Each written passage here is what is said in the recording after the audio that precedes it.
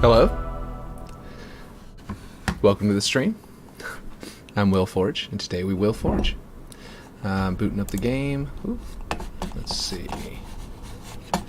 Let's get some music going in the background while things are loading in. Let's see.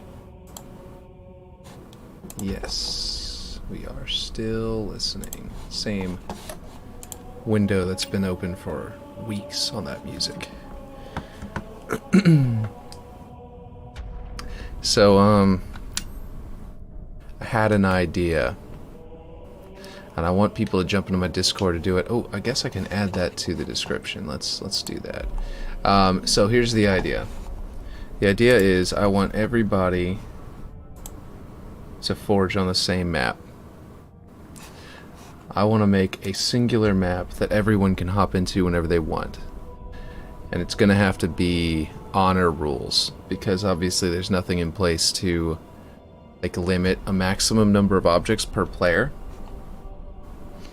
I had the idea that essentially each of us gets one, or well, depending on how many people there are, we can do a limited number of prefabs. If there's like only 10 people, then each of us gets like, you know, it's 150 objects per prefab, and each of us could have, you know, with 7,000 objects could have several prefabs.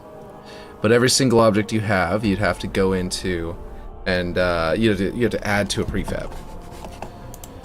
That's the that is the general idea. And I want to see what we can create as an evolving, continuous map. And you've got to build around what everyone else is doing, but don't obviously be an asshole and take up the entire map. You know, that's the idea. I want to see what people can do. I'm going to wait till some more people are in chat, so my regulars get in. Whenever they are, then I'm going to talk about it again. But for now, I just wanted to have that up front at the beginning of the video for YouTube stream, or for my YouTube video for anybody who comes in later and watches, you know, the recording. Let's see.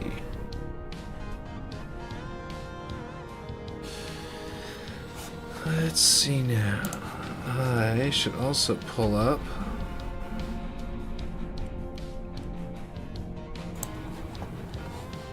Master Chief Collection. I was actually in the middle of scripting a stalactites. So we're going to be scripting stalactites. The game's still booting up the map.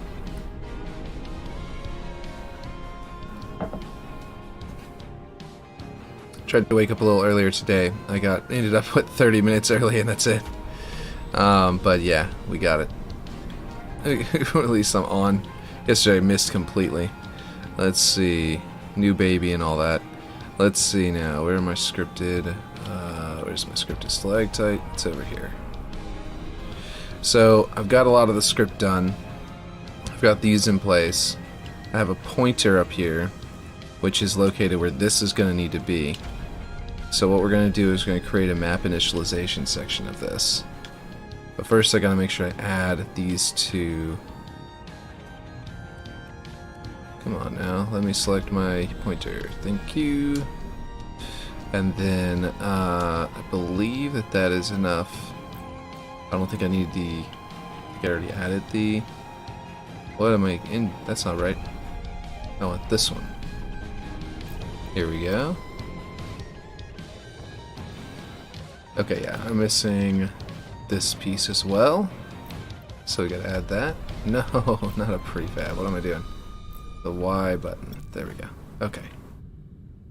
Alright, now we're gonna right click, gonna add object reference.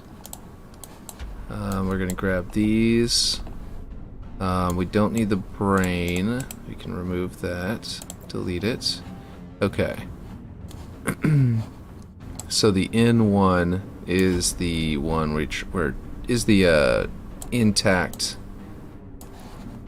stalactite Stalactite, which means we delete this one, which was just a stand-in I just threw in there. So I could connect to places so I know where to connect them all to whenever I came back in. I actually did a little more of this than is on here. It's just that it got messed up by a bug. I put the two dynamic normal objects inside of each other by putting them inside of each other whenever they're phased, and I turned them to normal. And I thought that I could just despawn it at the start of the the match, and it wouldn't be a problem that they were colliding with one another. But instead, it crashed the game, and it created a save of it automatically created an auto save. That was the last stable version of the map. It wouldn't open the other version. So, let's see. We need events. Nope. We gotta go to events. Nope. Where is it? Oh, regular events. Did I go to custom events? Oh, I did.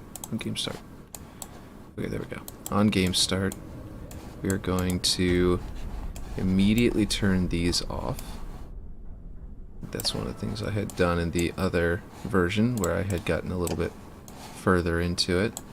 I had done this, I had dragged this down, and I had moved this over here so that on game start I could use this line. And we want to, you can't copy nodes anymore. You can, but you shouldn't, because copying nodes can cause a bug.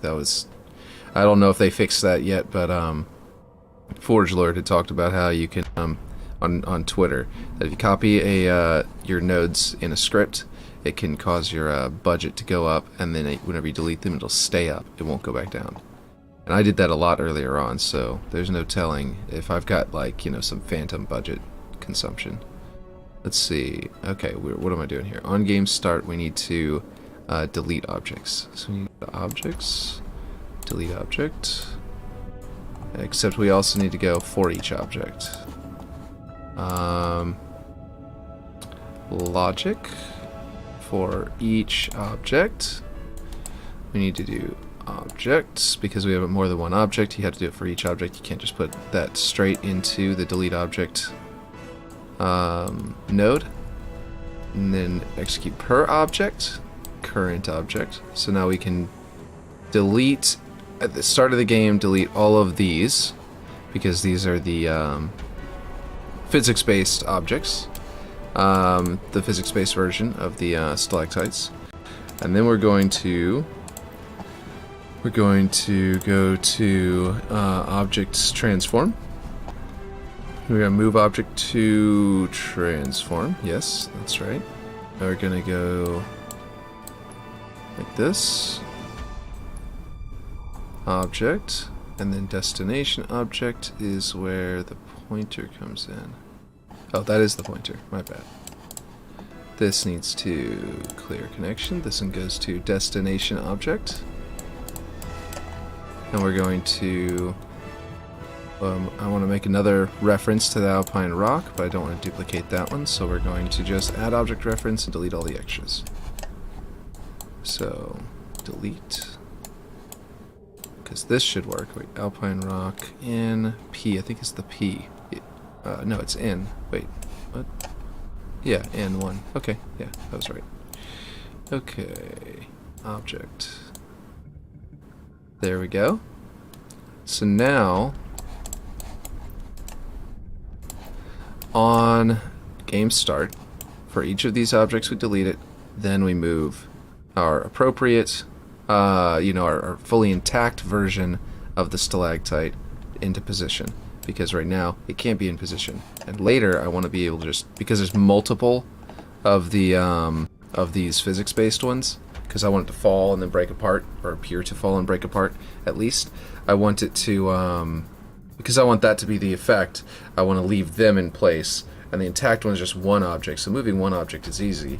Moving 4 objects to 4 points consumes a lot more resources, so clearly I want to do it this way, you know what I mean? Let's see. Now, if I can clean this area up, that would be great. I don't know if it's ever going to look clean, because the way that this stuff is crossing over one another. I thought about trying to put this up here and down here, and it's just, no matter what I do, it's in a bad spot. So I'm just going to go ahead and sit it right there to get out of this thing's strings paths, and that'll be as good as we can get it. So the way this works is, from the beginning, obviously from the start of the match, that's what we just did here. We deleted the objects that are going to fall, that have the physics, and then we moved our intact one into position so that at the beginning of the game it's there. Now, on object damaged, whenever the intact one is damaged, I don't know if you can see this on YouTube stream, so I'll zoom in a little more so you can actually read it.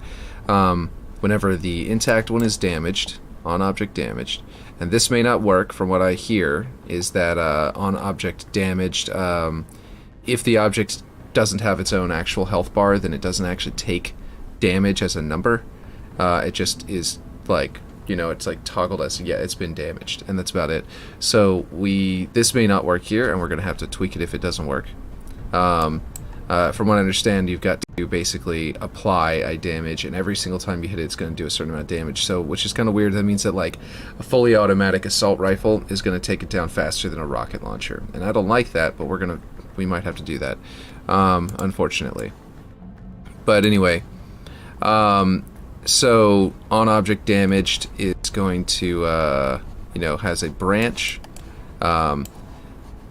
If basically you get the number variable from the object, and that's going to be its health. There's going to be an internal number variable. Oh, right, we haven't declared that. Add node. We need to do that. I always forget where that is. Is variables basic? Is that where you declare? No. I think it's variables variance. Declare number variable. Now, they don't have an identifier either, so we're going to have to create. Don't know why I did that. An identifier. Is that a variable basic? Is that where that is? Forget where that is. Identifier. There it is. Okay, so we're going to connect this identifier here and connect it here, and then we're going to change the scope. I think it's what, R? Yeah. Jesus Christ. I didn't save any of that and it just crashed. Are you kidding me?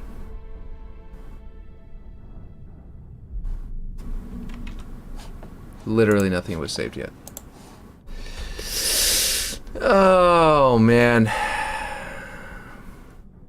What did I make that crashed the game?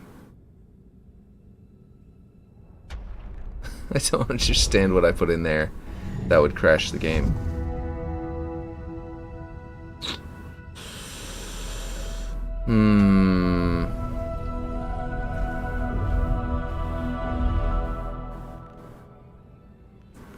Doing God's work, man. Stay strong. Yeah. I mean, whenever the game crashes like that, it is hard, but we will find out. We will get back through it again. I'm going to put this up as a prefab so people can just download the stalactite, the stalactite, that can be dropped.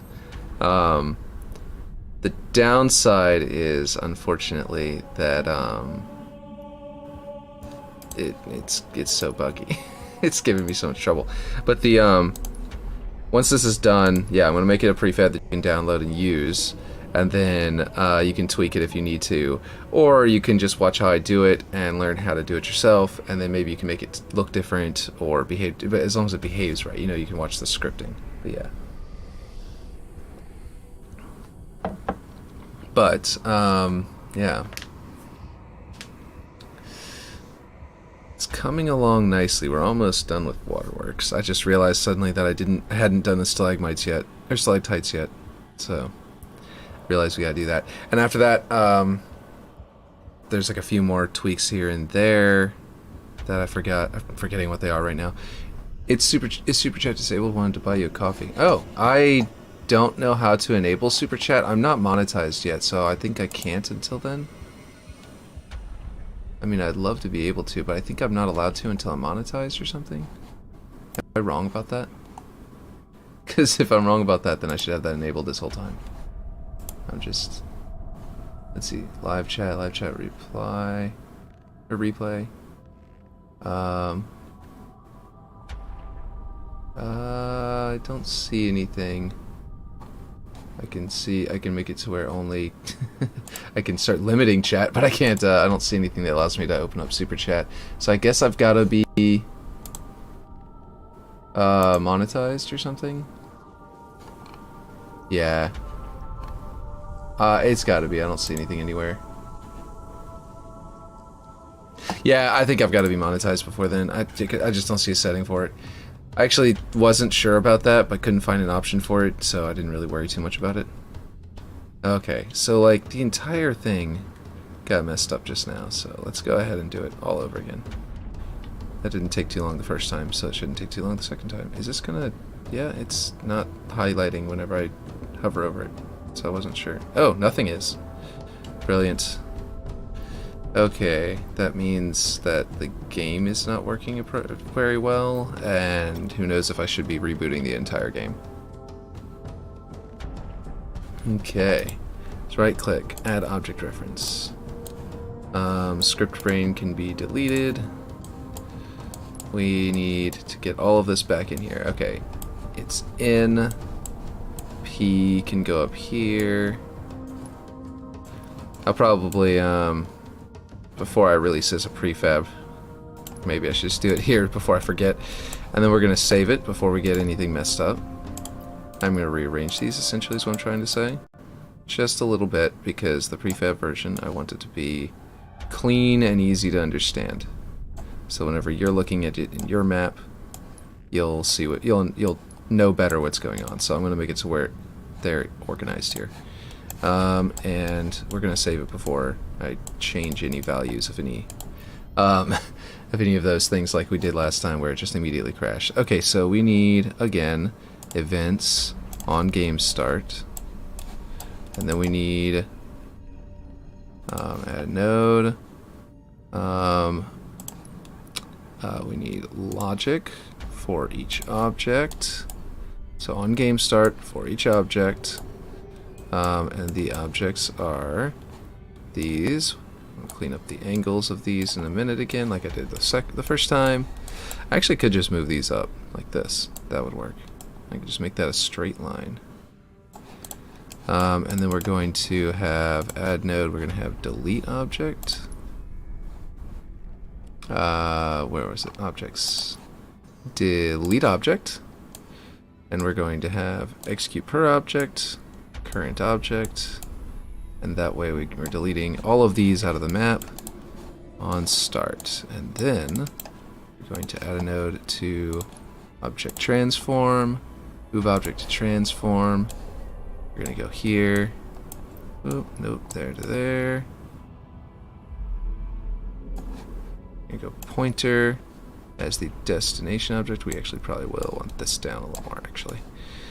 And not have it lined up object to there. That lined up pretty nicely. Okay, so, and then we're going to need destiny in seconds and stuff like that. Can you save it from inside the node? I forget. From inside this thing, I think you gotta go out. We're going to save the map. Okay. I'm going to go back in. Actually, I'm going to deselect everything and reselect this one because I think that is the one that I needed to be able to make a second version of. Node graph. Okay. Because I want it to be over here. Nope, not that. Add object reference. Okay, and delete this one. Connect it to here. Connect it to here. Connect it to here. And here. So now we should be all reconnected here. Okay. And gonna go out and save it again before it crashes because that was really annoying. And we'll go to add object reference. No, not object reference. What am I doing? Delete add node. And we gotta declare our variable. Variables. No, I just did it again. Variables advanced. Declare number variable. And that number variable needs to be on a. Okay, this might crash again. Here we go. Nope. Okay, cool. Scope. Object scope. Initial value is going to be... How much health do we want these things to have? How much does it take to break one in Halo 2. Actually, even if I do know how much it'll take to break it in Halo 2, the problem is that I don't know the exact number value of the damage in Halo Infinite for the weapons.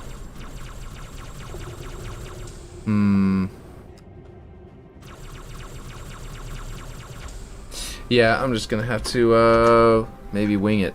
We might just do 100 to be like 100%, and we'll have to try it out and see how much it feels right once we get into it.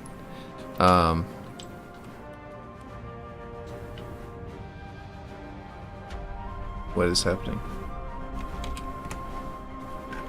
I don't know what was just happening. It wouldn't let me go back into the node graph for a second there, and then it turned out it was in move mode. I think it was because I clicked away over to Master Chief Collection and back, and it messed it up. Okay, so now we're going to have our variable basic identifier. We're going to plug that in, and this is where it crashed last time. Let's go ahead and save it with all of the work up till now, even though all I just did since the last save was add that identifier and connect it. And we will see if it breaks. Hey, it didn't crash. Look at that. Okay, the value will be health. Confirm. And that will be that. Scope object, scope empty. That's important. That needs to be object. Because that means it'll store... Okay, so changing the scope to object, by the way, is how you make it so that it stores this number variable with this identifier inside of the object. So whenever, essentially by declaring it and then saying scope object, right, then this variable being stored inside, in this object will be here. You see what I mean? So by declaring it as an object variable, yeah, it can be inside the object, and by comparing it here, it goes, well, in this object, you know, this alpine rock chunk, it declared this in like basically a version of this in every single object on the map, basically. I'm pretty sure is how it works. This thing basically declares one for every single object on the map. And then this identifier says, okay, it tells you what the name is, and this one references that one, and it says this variable that's in the, you know, the current object, this one here, it's going to be, this object here is going to be compared against this damage taken. So yeah, I'll just start here where it actually starts the code. On object damage, the damage amount is going to be compared to the health amount, to the total health, the current health rather. If the damage is greater than the current health, then this branch, which is the next part of logic, is true. If it's true, then it goes to delete the object. And the object, it goes to delete this rock chunk. And for each of these objects, it spawns the object. So these are all physics-based. These four right here are physics-based, so once they spawn in, the physics of the engine will just take over and they'll fall from the sky and come and break out of your thing. The other thing is essentially, if it's false, if this is false, then you set the number variable, which, oh, right, we need that identifier. Set that number variable, the health, equal to, you know, object, and the value is going to be the total value, which is the top one here, the crossover in the middle there, minus the damage amount. So this is all really messy looking, and I might just like have to make an identifier over here for health to make it clean, and I might need to make this object reference, make another version of it over here to make that clean. That way you can actually see what's going on, and it won't be too chaotic whenever you add it to your own map. But that's good there. So yeah, on object damage branch. So yeah, what we also want to do, and I don't have it yet, is a special effect for dust to explode out of it, which will hide the fact that we have deleted an object and then replace it with another object. It's really easy to, like, it'll be really obvious whenever we break. If it works, you'll see it, and it'll be really obvious how it's not very smooth. Let's see if there are any bugs. Let's see if I need to fix anything. Let's see. Move object to transform node, missing required property. Okay, I missed something. Move object to transform it. Okay, it's missing two properties that I must not have filled out. Okay, debug the code. It should still be selected as the node. Actually, I shouldn't have to fly over there. Okay, there we go. Okay, now. Yeah, I didn't set the duration. It's still set to empty. It needs to be over 0 seconds, yes. And then movement curve is the other one. I think linear is the one we're going to. 1, 0, what does that mean? I haven't tried those. I only tried a couple of random ones up here. But I never tried these 1 and 0. I don't know. Are those new? Is that why they're below the default linear curve? And why they're named so weirdly? So differently from the other ones? Okay, so apparently I can't just pause it and go to save while I'm in here. I don't have to back out. Whoop, no. Okay, there we go. Okay. I hit down on the D-pad in case anyone's wondering. It ended up, Okay, so the physics of those rocks immediately fell, and it did not move that thing over. You saw them immediately falling in the, just as it transitioned, I'm sure. And did they fall through the map? What's going on here? Where are they? Oh, I deleted them. Right, on maps, on, you know, game start, they got deleted. So they started to fall, and then they got deleted. So I need them to not move. That's unfortunate. Why didn't it move this one over either, though? Like, it's supposed to move... Like, after it's deleted all of those objects, it should activate this, and I don't see anything wrong with this one. This one should move to that destination object, the pointer 3, which is this pointer up here, and that... This is our stalactite, and it should move over to match that. Which this is, what I did was I lined this up with this piece's central point, and then I selected them both and dragged them over into the correct position to sort of interact with this, and then I deselected them both and reselected this one, just slid it over. So it should be lined up properly. These should not be moved just yet, and I don't know. I was thinking it would be a lot easier than this, because in like past Halos, like Halo 2 and Halo, what do you call it? Halo Reach, Halo 2 Anniversary and Halo Reach, they had the ability to just tell it to not spawn at start, and I don't understand. Mixed? You know what I could do? Actually, yeah. I'm gonna make these spawn at 2. That might make them not fall before they get despawned. And then... Let's see, timer off. See, like, I can make it despawn eventually, but in here. But there should be, like, an initial spawn. I don't understand why there isn't, like, a toggle on and off to say this object does not spawn at start. And it's confusing to me, because that was something that was in Halo Reach. Okay, let's see if that helps. Okay, they were not there yet, and they seem to have... Yeah, that looked like they didn't... They at least fixed the problem where they were falling and then they got deleted. I don't want them to fall and then get deleted, because whenever I spawned them in, I want to be able to drop them at that point. Let me go check to see if they are on the ground anywhere. Obviously, no, they are not. They got despawned. That is still not in the correct position, though. And it's not throwing any errors, so I'm not sure why this isn't moving over. You know what it might be?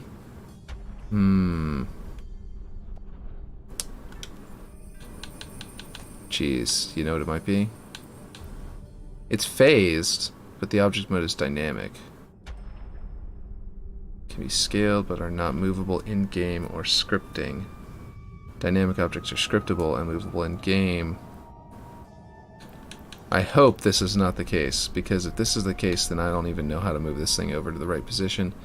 Like, is it because this thing has physics that's wanting to not be able to clip through things? That would be very disappointing.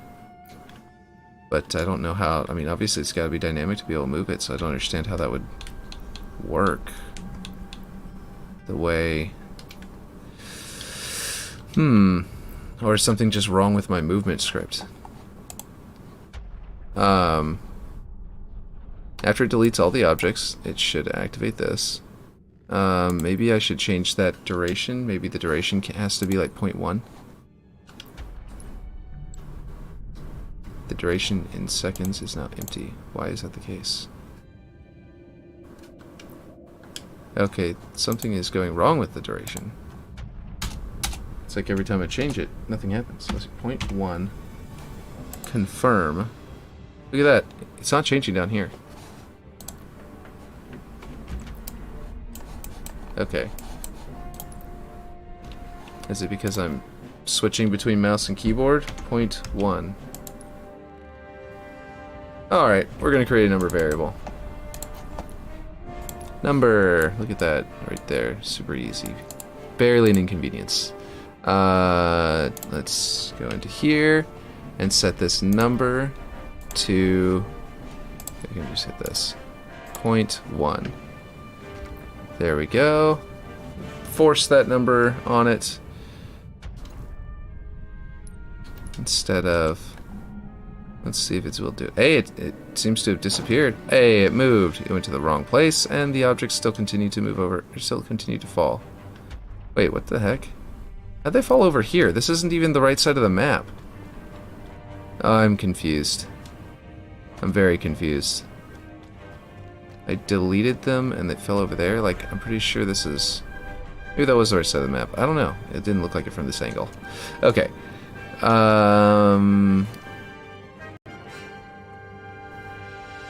No, I don't see the thing. Okay, what's going on here? We're gonna get in a warthog so we can move a little easier around.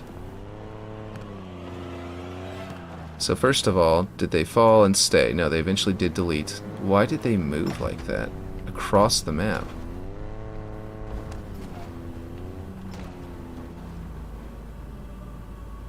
Where is the base of the stalactite? Like, I put a little rock chunk sticking out of the ceiling that represents where it broke away, and I don't see it up there. Is it up there and I'm just being blind? Let's look up what that actual... Okay, that might be it right there. Yeah, I think that's it. Okay, so it is there. Why did it move the wrong way?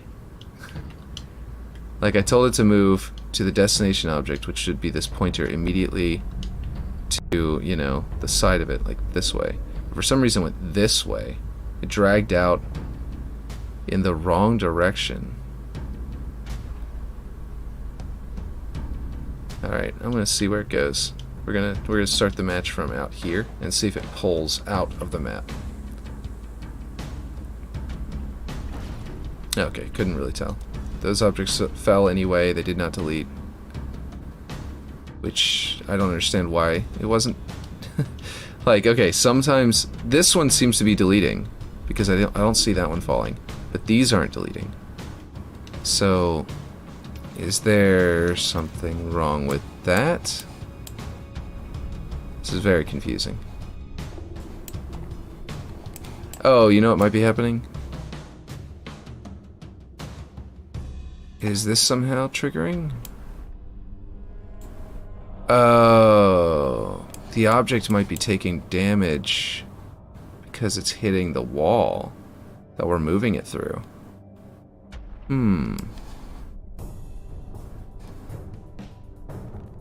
Because it's like, because I'm dragging it through the wall. Can I switch this to instant? I think there's an instant option instead of a linear. Is that what the 1 and 0 are?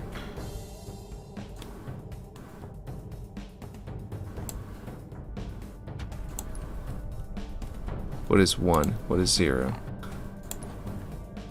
We'll try 0.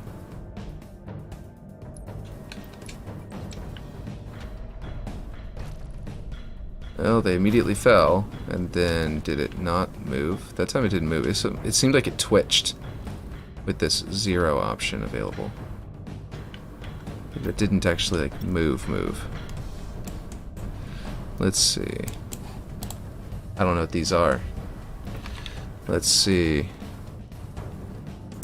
Ease in. What is it doing? Oh, it's trying to... Okay. Let me take control of my mouse, please. Thank you. Why did it switch to ease in? What is 1 and what is 0? Who knows? Okay, now it's just really freaking out. Okay. Let's try that. appears to have moved, and the physics appear to have activated to put me on the wrong side of the map for real this time. I definitely don't see it up there. Let's try getting to the other side of the map. With the ghost. There we go. Okay, I must be blind as a bat, because I clearly was... I could have been on the right side of the map. I have no idea. We're going to find out. Let's see. No, we were definitely on the wrong side of the map. And over here, they were definitely not moved into position. Okay, that confirmed it. Here we go. So now, we got to figure out what's going on here, because this is really weird. Change this one to a linear. Leave it with the number for the number of seconds. So... Is there a game clock? That would be nice. I don't think there is, but I could be wrong. Would that be in logic? Should compare. I mean, there's wait for in seconds, but I want to know execute connected functions in specified number of times.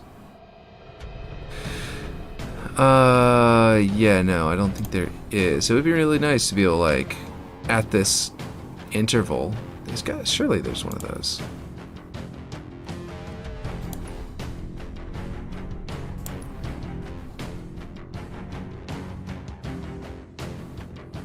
Do you have to script a clock? I mean, I guess that's what the, every in seconds or whatever. So... Oof. Let's see. Vince Custom, that would be, every in seconds. It is possible to check the state of it every in... No, because then it wouldn't be checking it for when it's damaged. It would be checking if it has taken damage, and we don't have a means of doing that. So, I think, okay, what we're gonna have to do is either... See, I hate that this has to happen in the first place, this game start thing. I wish that I could just make objects occupy the same space and then turn one off at the beginning, or like tell it not to spawn at the beginning. And it really annoys me that that's not an option in the object list. It seems like a no-brainer to add to the game, but let's see. Let's see. I'm gonna do a basic variable. I'm gonna clean this up real quick, and then we're gonna keep going. That's not what I meant to do. First, I'm gonna do this just so I can see it better myself, because then I can figure it out. Identifier a little easier. We're going to go here, we're going to change the value to health, so it's exactly like the other one. Back out. We're going to clear this, we're going to connect here, we're going to move this up. Let's see. We're going to do this object reference. Screw it, I'm just going to duplicate one. I know I'm not going to get rid of it, so it can stay. Clear this. This is going to be a little bit confusing looking right above all of those. And them having the same name and everything, so actually I'm going to move this up to give it some more room. And that should work. I might even be able to move it further this way. I'd have to go further up if I was going to do that, which I can. And that will give me room to add like the dust cloud thing here, potentially. I might need to add more room, but that might be enough, but I don't know. Okay, so on damage, it's going to do this right now. And right now, it's taking too much damage, probably because it's moving through the wall, through the ceiling. So it's colliding with all of those things, and objects takes damage when they hit something. That's what makes it where, you know, traffic cones can kill players. So if they're accelerated enough, which is one of the things that makes Halo so unique, is that acceleration and physics are actually built into the engine in a way that most games do not do. Okay, so I think that what we're going to do is either gate it at the beginning to where this doesn't start until a certain point in the game.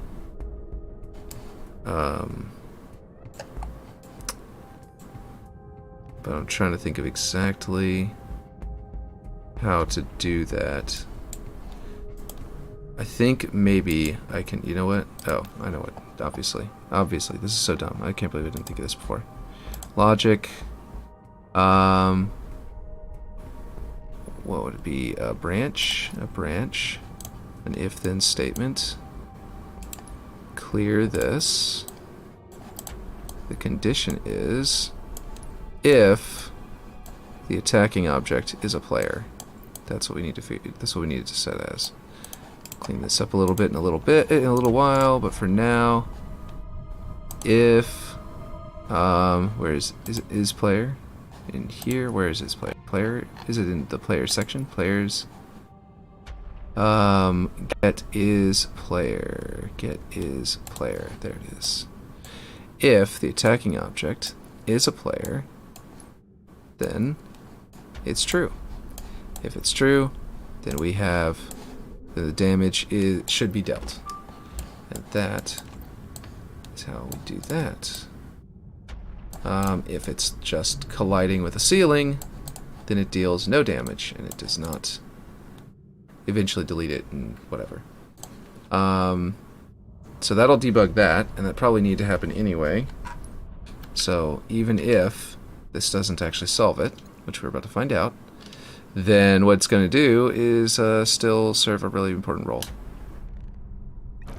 It still moved the wrong direction, and I don't understand why. Okay, and the object still fell without being deleted. I assume... Okay, first of all, let's... So why is it not deleting these before it moves? That's one thing I don't understand. This is something I might need, if you guys have any experience with it yet, with the game's scripting yet, then let me know if you see any obvious flaws I've got, because that would expedite this, rather than having to debug it myself. But it still says move to object transform node missing required property, and it failed to. Is this? Can you clear? How do you clear this?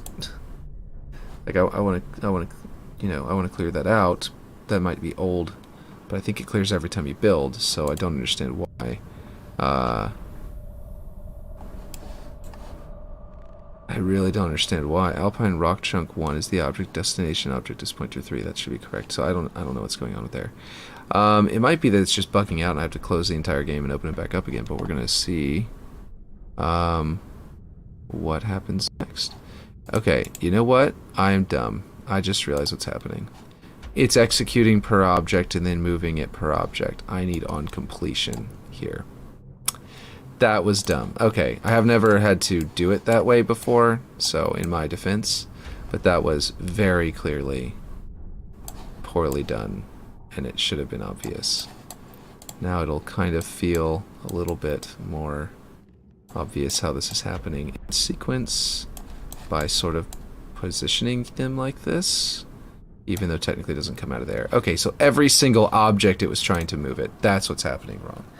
Okay, so that, hopefully that solves the entire problem. But it still was acting weird.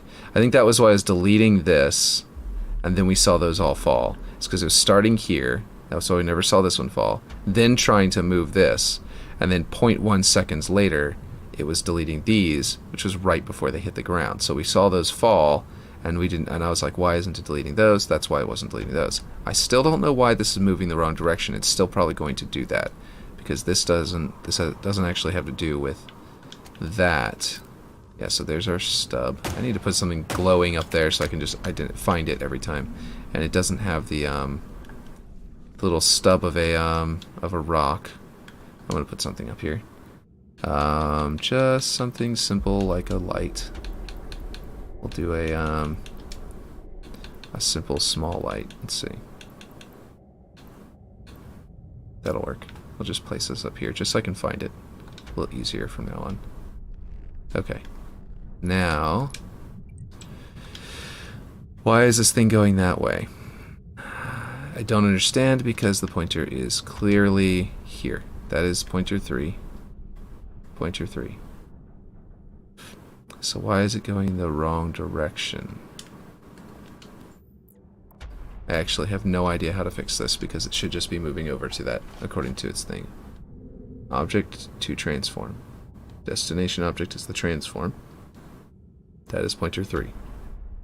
It should be moving over into its position. I'm going to change this to 0 because I think that might actually be acceptable. You can actually force timers to 0, like every in seconds. Script can actually be forced to follow every 0 seconds, like every single game tick. It didn't move at all that time.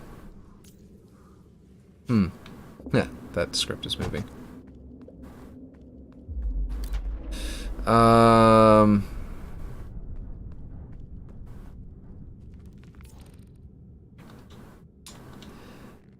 All I can think is that somehow this object, even though it's phased, no, it's able to move that direction, so it can't be that it's stuck. And there won't be, and there's nothing in its way. Like, we delete all these objects, and then after they're deleted, then we move it. So these objects are gone, so then it's not like it's bouncing off of them or something. Due to physics. Which is what I was just thinking myself.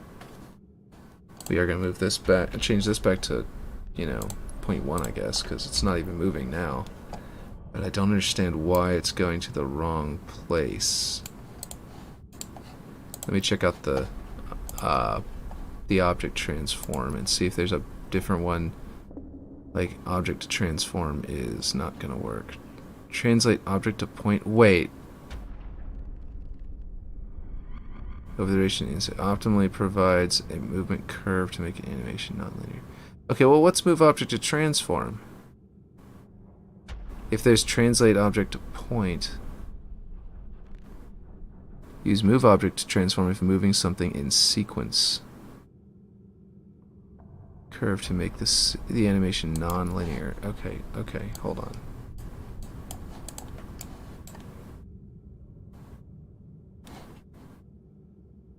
Okay, so I it's been a while since I was scripting last, so I think that it's this one, and whoop, not duplicate, no, whoops, I just duplicated it, which means now that I have to delete it, it's not going to actually delete from my simulation memory according to, I don't know if it happens every time though, I think it doesn't.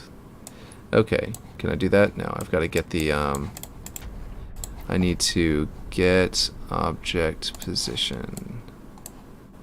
There we go. So feed that object position into there, over number of seconds. We'll move this out of line over here. Okay, so this should work. Let's find out. Let's see if this does what it's supposed to do. It didn't move. And that fell.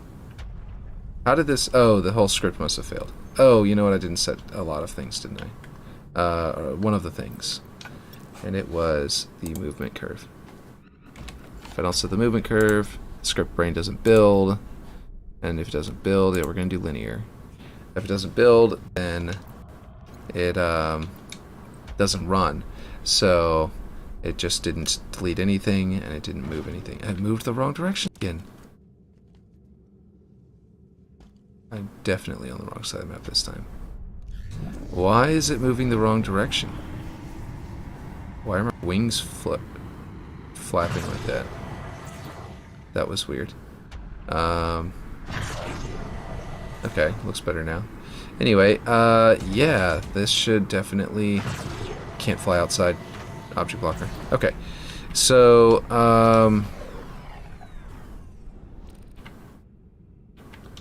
I don't know. I honestly don't know right now why it's moving in the wrong direction. Is it somehow... Is this pointer's location somehow bugged out to where it thinks it's somewhere else?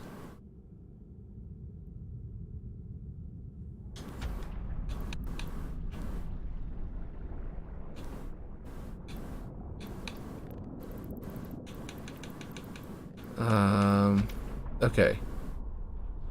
Yeah. I think it is. No, wait, it's not. No, Y?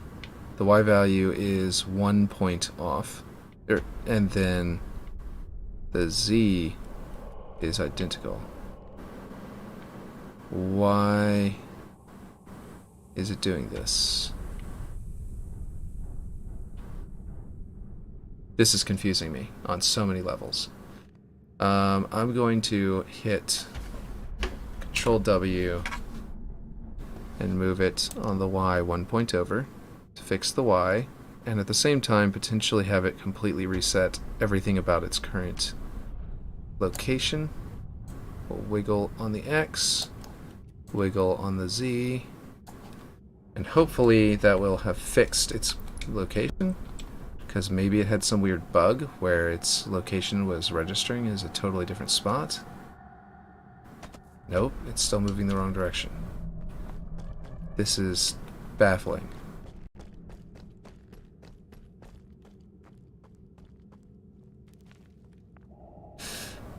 Okay, so I have no clue what is going on at all. No clue. And I think I am definitely not moving at monitor speed. Okay, here we go. Do I have to place a new object and use its location? Do I have to maybe scale one of these up so that it is there and has... No, I can't make a object reference if it's not dynamic.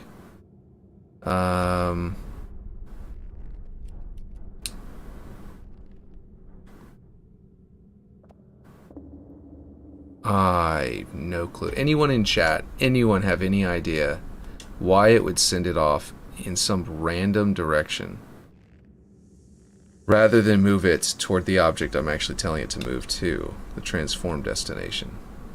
You know what I should do? You know what I should do? Let's read that out. I got an idea. Let's do debug text. Add. Let's see. What we need to do is do UI print number to kill feed. We're going to put that in right before. We're going to clear this connection. We can do this. And we can say we need to add node math, I think, or is it logic? Let's see. Vector 3 vector dot product vector cross product get vector length, get vector axis value. That's the one. So we're gonna go here, we're gonna stick this up here, we're gonna make this ugly old loop, and we're gonna say the Y value, because that's the direction it's moving, is the Y is totally off.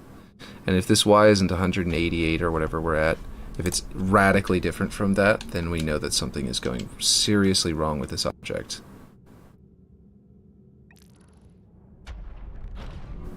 $180. Why is it moving so far? Okay, so what we're also going to do is we're going to copy this. No, we're not going to duplicate it. That would be a mistake. Get vector axis value.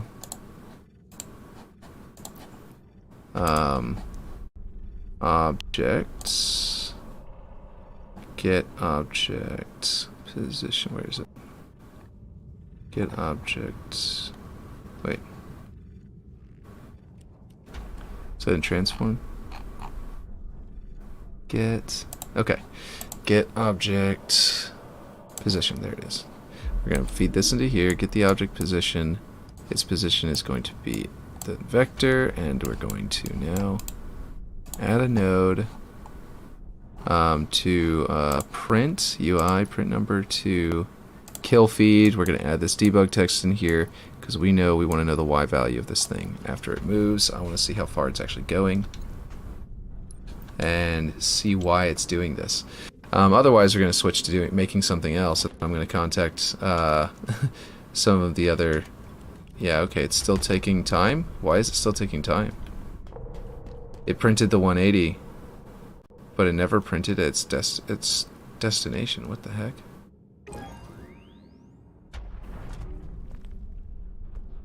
$180 and then 180. What the heck? It claims it's at 180. Okay, we are nowhere near there anymore. I just want to see if it's actually in position inexplicably right now, because it claims to be at Y value 180. But I don't think it is. So this is very strange. I don't understand at all why it's moving that direction. That's not right. Actually, where's the one pointer? Wait a minute. The Y value is 170? 177? And this one's 177, so it shouldn't be at 180. Oh. It thinks that this pointer is like 3 units back this way. That's like... Okay, we're gonna duplicate this and put this at 180. I mean, it's still only here, though.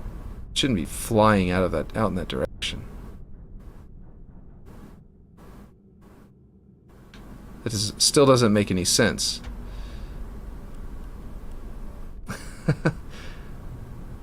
Is it moving over to in the y-axis and then deleting itself? That's one question. But if it's deleting itself, why isn't it rebuilding this? So if it's deleting itself because of my script, like if it's taking too much damage, right? Then immediately after it takes too much damage, it should spawn all these objects in, which were deleted. So that doesn't make any sense either. This is really weird. I don't understand.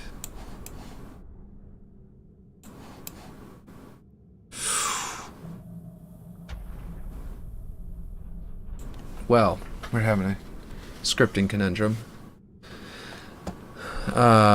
Might have to go to Twitter and ask if anybody knows what I'm doing wrong here. Someone might come in and tell me there's some way to set it so an object doesn't spawn at start without having to delete it at start.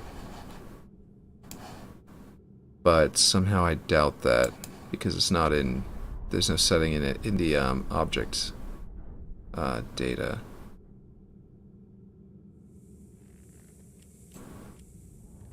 You know? Okay, so this is really weird. I'm not sure where to go from here, to be honest. At least deleting is working. You know what we can do? We can print a number to the kill feed, and we can do it over here. Add node, print number to kill feed, and what we can do is, we don't want to worry about if it's true or not, or if it's a player or anything. If an object is damaged, we want to print print it to the kill feed, the health to the kill feed. Because I want to see if that is at all related. I mean, obviously now we got it to where it should only be able to die if a player is doing it, but we're going to print the damage amount as a number and see if it's like hitting stuff. And no, it's not. And it supposedly is at 180 now, and yet is nowhere near 180.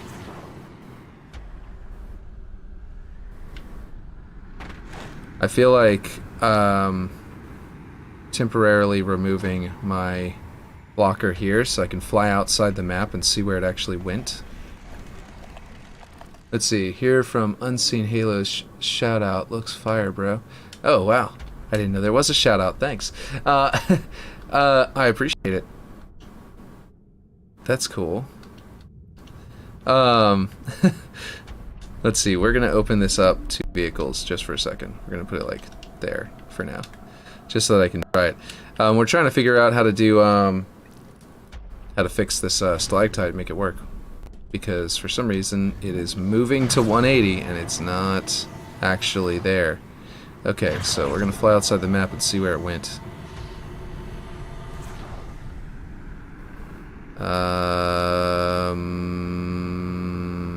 Did it go outside the entire map bounds? Or it's still basically inside of everything over here, and we're not going to be able to identify it outside of, you know, from all the other rocks. Should be like right around there, I believe. Unless it's up here, because it is in the ceiling. Hard to say. But yeah, welcome to this stream. Let's see. Yeah, I don't know. It's really hard to see. It must have gone... It either went all the way out the map or it's completely inside the level geometry, because there's nothing obviously poking out that looks like it.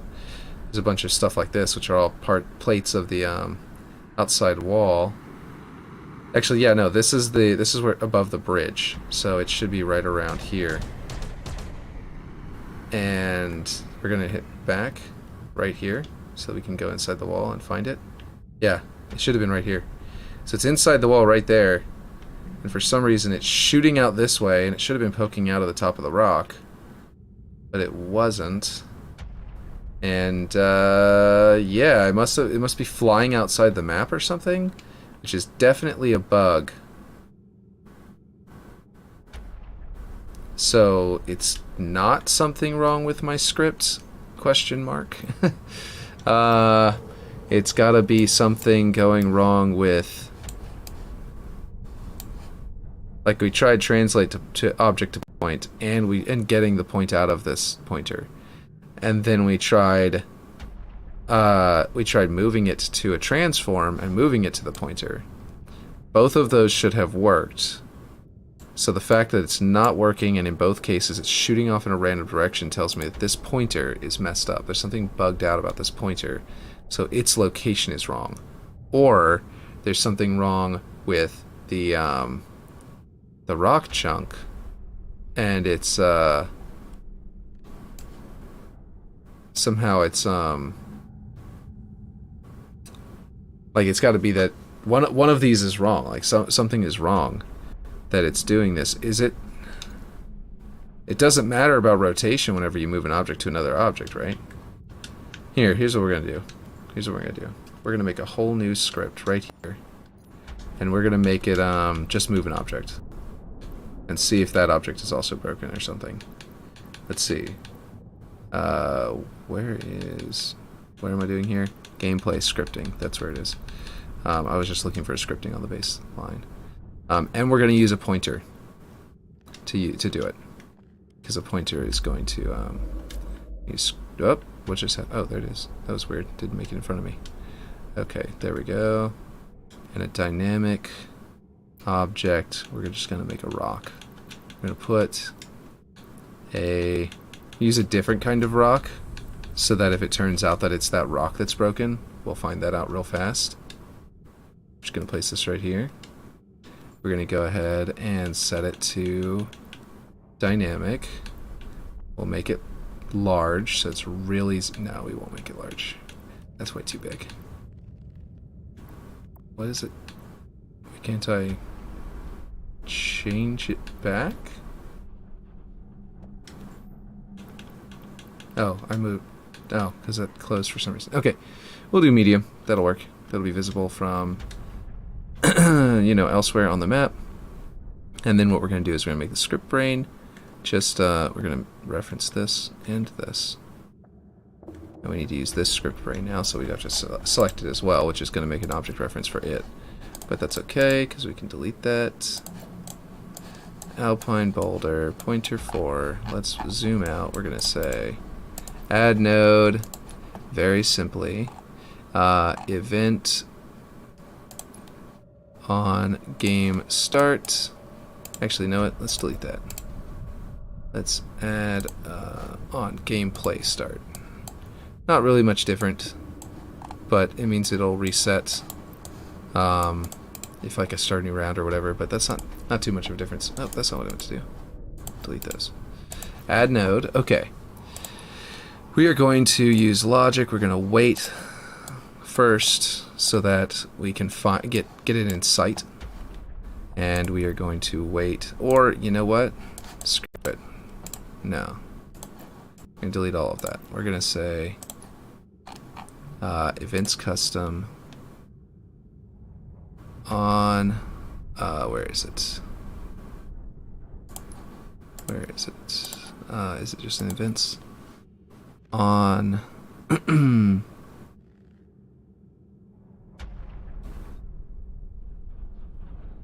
where is it? Gameplay start, objects extended on round end. Okay, it must be, oh, events players, there it is. On player,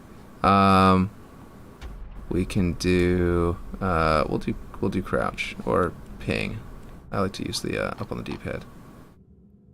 On player, exit, joined, killed, mark. That's it. That's the word they use. We are going to then add a node. We're going to move. We're going to do objects transform. We're going to get, we'll do the one we're doing right now. Translate object to point.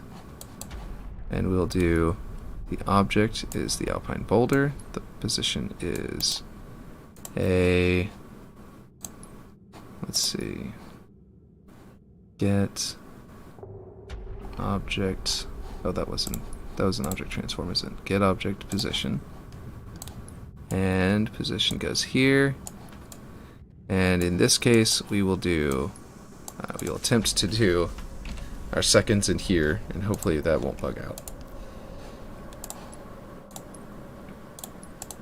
Movement curve will be linear.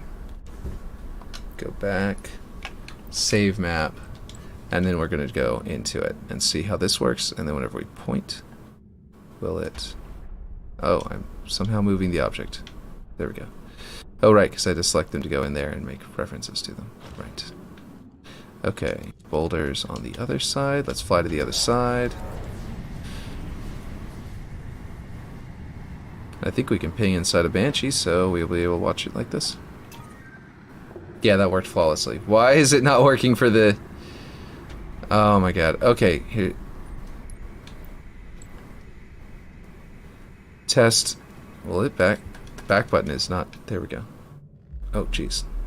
And now it's starting over. Press back. Thank you. Okay. So I think the game is definitely having trouble with something because... Oh. There it is. Because it seems to be like the back button isn't working sometimes. It's kind of weird. I'm going to put this object up inside of another rock. And then we're going to try it and see if being inside of another rock is the cause. Is it on this side of the map? I really need to move that whole thing over to this side of the map because for some reason I'm spawning in as this team and not the opposite team. But at least we're getting to see driving around on the cool map so far. As it is. Okay, here we go. No, flawless. So what is it that is causing this bug? I have no idea, but I'm beginning to suspect that something is wrong with my alpine... Here's an idea. Here's an idea. Now, we need to test if it's the alpine rock. Which one is it? It's the big, pointy stalagmite looking one. Well, it's tiny, actually. It's not too big. Oh no, it is fairly large. Okay, so we've got that. We're going to put that up inside the ceiling too, just in case that is related. We're going to go back into the node graph. We're going to delete that object reference, add an object reference. Where did it go? Cannot reference static. I forgot to set this to dynamic. I'm going to set this to medium because that's how big the other one is set to. Whoops, nope, don't deselect it. We need our object reference. Okay, so add object reference. Now we've got our object reference, so we can go here and we can save it and we can see if this is going to break. Oh, wrong button. Gotta hold it down. There we go. Are we back on the wrong side of the map again, or are we on the right side this time? We are on the right side this time. Ping. Oh my god, why is it working and not working in the other one? Are you seeing this? Do you guys all see this? Like, this is literally the exact same portion of script as in this script brain, and this one is not working. It's literally translate. The only difference is that I put a number value in the duration in seconds. But otherwise it is a pointer, object position, translate object, and an alpine rock chunk in, object, and its number is, you know, I'm setting the number to 0.1 here instead of inside the thing because that caused the game to crash one time, and I didn't want that to happen again. The movement curve is linear by, you know, default. I'm beginning to think I need to either close the game and reopen it, restart my entire computer, or just rebuild this thing with new objects, and maybe the new objects will, the new Alpine rock chunk, you know, will potentially move properly. I mean, this should be global position, right? This isn't, we're not talking like, we're not translating an object level of like, usually it's object rotation. I don't think they have object location, right? They don't have that. That would be weird. I don't think they, what I mean by that is, your transform position doesn't change. Like you see how rotation is like this, right? And then I hold down rotation, and I go ahead and I press, where is it? Rotation, change pivot, change rotation type, right, to camera. And then I go back into it. It's going to be, well, camera might be different. Object? No, I don't remember which one it is. Is it, yeah, no, it doesn't change depending on that. Yeah, it's always global. So none of these switch to like some like object-based location. So it shouldn't be able to translate from object to, you know what I mean, over to the other one. Whew, okay, so I'm going to go ahead and assume that that these things are, you know, maybe bugged, that the pointer is maybe bugged. Because what I did do to move this, I'll put it to you this way, one of the reasons why I'm leaping straight to that is that when I was trying to put this into position, I changed the value here. Why is it at 180 now? It says 180. You see this? Look. We got 177.72 here and 180.10 up here. That's what I'm talking about. I was trying to change this by typing in a value, which normally works. But for some reason in the case whenever I positioned this previously, it wouldn't take a value here. And somehow there has been a disconnect. Like its actual location, according to down here, is 177.72, but its internally stored location is completely off. We're going to try manually putting in its actual location, see if it takes. And look at that, now it's off again. It's off by 2. Our pointer's broken? And more importantly, no, because the other pointer worked. Let me go see if this is the case with the other pointer. Okay, minus 58.25. Yes, it is. Look at that. The object location is different for this one versus that one. When did this happen? I don't remember this being a thing. Oh man, lost a lot of concurrent viewers. They missed that there's a bug, where the bug is. Look at that. So I gotta use something other than a pointer. Is this a known thing? Did someone else already figure this out and spread the word and I just never heard? Because this is pretty crazy to me. It seems weird. Okay, we're gonna go to what's another option? I can just use the script brain. I'll position the script brain, and I will reference the script brain instead of using. I just moved it to the ground by accident. Let's see. Okay, I'm gonna switch this to phased, and phase this up through the ceiling, and put this here. And we're going to make this basically that exact same position that it was before, which was what was it again? 177? This is weird as well, because not only 177.72, not only is it like so off, but like that's all the way back here. Okay, I suppose that works. Let's see. Is this roughly lined up that way? Yeah, we're good. That's what I needed, was that's lined up that way, and then we can line up this way. And the z-axis needs to be the same as well. That just needs to be the same as this other chunk, though, which is, what is it? 1569.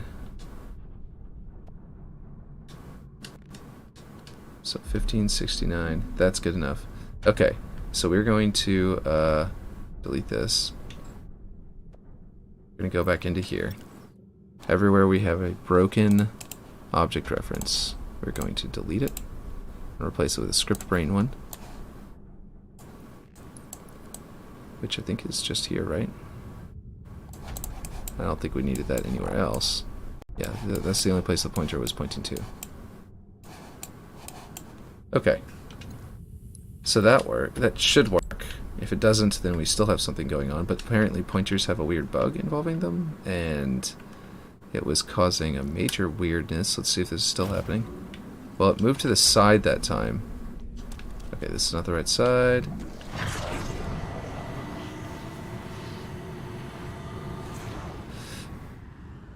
It moved up and to the side that time. Wish that somehow we could watch it happen. Okay, let's move. Let's go through that hole we made. See if we can find it.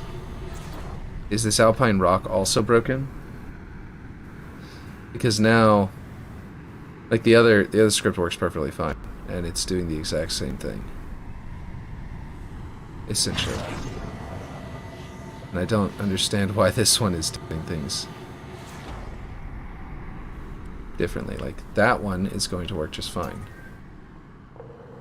But this one, for some reason, travels in the wrong direction.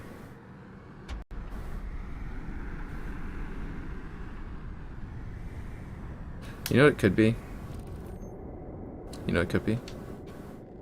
I just realized what it is. The way that it works is not that you press the down on the D-pad to change the rotation type. You press up on the D-pad to change its location. Now you see how that's changing? This might be the actual location it's trying to move to that point, and not the other one. This one. Which means we need our script brain lined up with that one.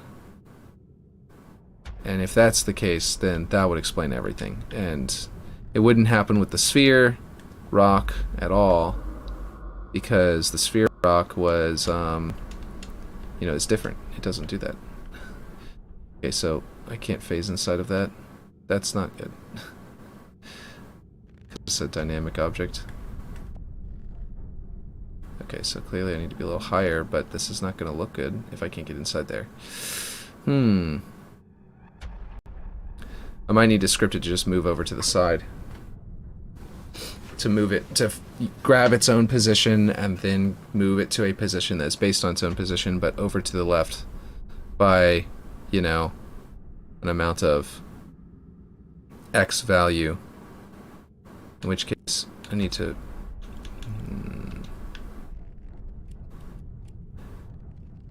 So, where would that be? Like here? What was my X position? Now was it 99? Was that it? I think it was 99 something. And I've moved all over the place. I deleted the other pointer and everything like that, so I don't have it now. Okay.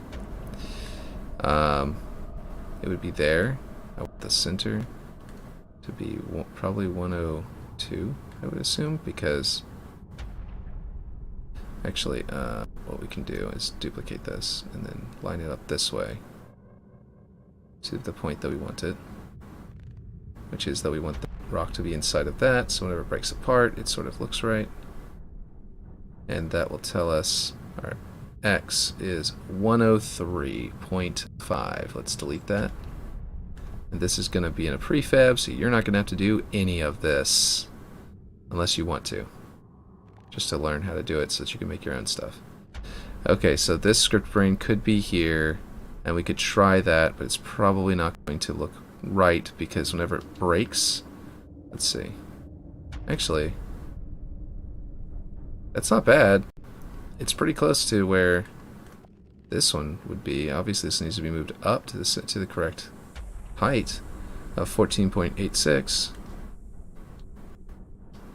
That might ruin its ability to be close like it's supposed to be. Let's see. No, never mind. Totally off. Okay, so yeah, this means that we're down to a basic conclusion that we need to tell this thing to move it over, which a certain distance, which is going to be needs to move over to 100.3, which is exactly 24 to the left, essentially. So minus 24 on the x-axis. Okay, so that means, let's see, first of all, I'm going to change this number. Now I'm going to create a number, so I don't end up forgetting that it's minus 24. And, yeah, where is it? It's in math, right? No, it's in, it's in variables. Number minus 24, it's actually 0.3. Minus 24.3. Okay, so we're actually going to want to change that to subtract later, that number, so it's not going to be the big, it's not going to be a huge thing. But anyway, the point is, so now we're actually going to end up using this because what we need to do is create a vector axis value off of it. Okay, alright, here's how you do it if you want to just make an object move in a direction. If you don't know how to do that, this is how you do it. Okay, so vector 3. We have a vector 3 object, and the vector 3, if you didn't know, is a position. This feeds in here. Now this is going to look tangly and noodly, but what we're going to do is we're going to reuse this because it's already here. We might as well. It is the x-axis that we need to move, so we're going to plug that in to here, right? So we have our object. We're going to move it to this vector 3. Except before we plug it into there, we're going to clear it, add a node. We're going to say math. Where's math? It's up back. Math. We're going to say minus, let's see, subtract. And we're going to subtract this value, which is why we're going to turn it to a positive in a second, from here. Right? We're going to feed that back into here as our new x. This is all tangly, I know. I'm going to explain it all in a second and rearrange it so it's actually understandable. Feed that y into this y. Feed that z into that z. Now this should move the object over to the left. Now that means that this and this and this are all useless, but that's fine because it's also all disconnected from anything. So all this is useful for now is printing the number of the script brain's location. So on the y-axis, which is useless to us right now. We're also going to print the y value of the rock. Okay, so we're going to print it. We're going to move it to the left a certain distance, and we're going to move it in 0.1 seconds, and that should work. Wait. Haven't switched this to a positive value yet. There you go. For some reason, you have to hit things whenever you get into there. I guess they don't want you to accidentally change your values, so they make it to where you had to press a button twice before it'll work. But let's see what happens.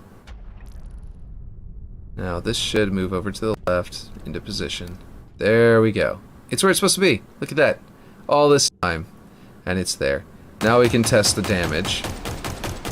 Yeah, it's taking 0 damage. You see that? The debug text is showing us how much damage it's suffering because it doesn't care. Okay, we're gonna move the script brain out again so that it's just sort of in front of it. I guess for your sake, put it in the middle, because whenever I make this into a prefab, you're going to want to be able to move it where you want to move it, and the script brain might get in the way and hit a wall or something like that if it's not in the middle. It might even need to be like here, so that it's where you, yeah, I don't know. Anyway, it's set to phased, so it won't be a big deal. The point is that we got it, get it working a little bit better. Now we got to move to the next part where it actually takes damage. I'll clean this up and explain what's happening here, though, because to me, I think that would be helpful. We're going to delete this. We're going to delete this and go straight into here instead of printing to there. We're going to move this down to here. We're going to move this down. We're going to move all this over. This is, of course, all stuff I learned while making the ladder, which is also a prefab. If you want to do a Halo 1, Halo 2 ladder, that's something that's on the share, on the what do you call it, the file share already. So if you want to do that, that's in there. So here we go. I also have video where, like, multiple videos where I worked on it, but I think I may have solved that one off stream in the end, or something. So okay, so this print can come down here because it's not really all that important anymore. Not to hurt its feelings or anything, but it's just not important anymore because it's actually working. So we'll leave it for now, but yeah. This print of how much damage it's taking is telling us that we're getting 0 damage out of there, which means the damage amount is 0. The attacking object is a player. I wonder if it's possible to tell what kind of weapon the player is using. I know there is a script for that. And determine, if we can, then if it can... I don't know if this is possible, so we're going to try a little bit. Because if we go to players, and we say get, okay, we've got get all players, is airborne, is camouflage, is crouching, is detected by team, is grappling, is in knockback, is lunging, is mark overridden, is overshield on, is player, is zoomed, get number of teams, get number of players, aiming vector, get player team, random player, respawn point, player camo, player free for all allegiance, mark override, set player mark override. This is set instead of get. I thought you could get, okay, it must be an equipment or something. Inventory, here we go. Add player ammo, our same weapon type. Yeah, you can get weapon type. I think that'll work. Drop specific weapon, drop weapon of type, empty player ammo. Get is holding specific weapon would be too specific. I do not want to make a script asking every single weapon, but is holding weapon type might work. Get is weapon type. Get player holding item. Let's see if there's a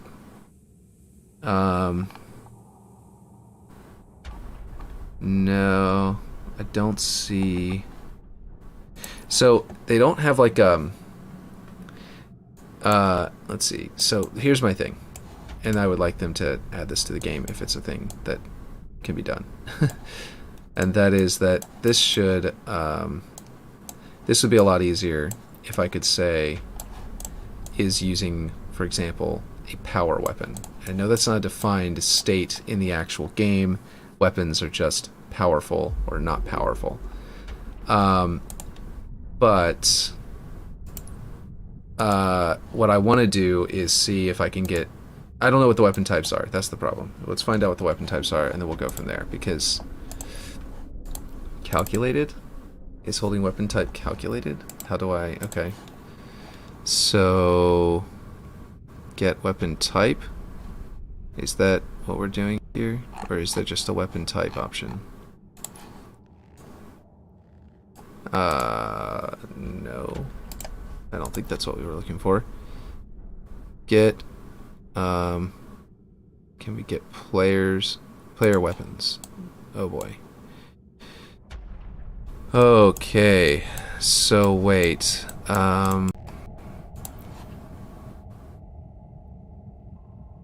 okay, get weapon type. Can we just apply it? Oh jeez.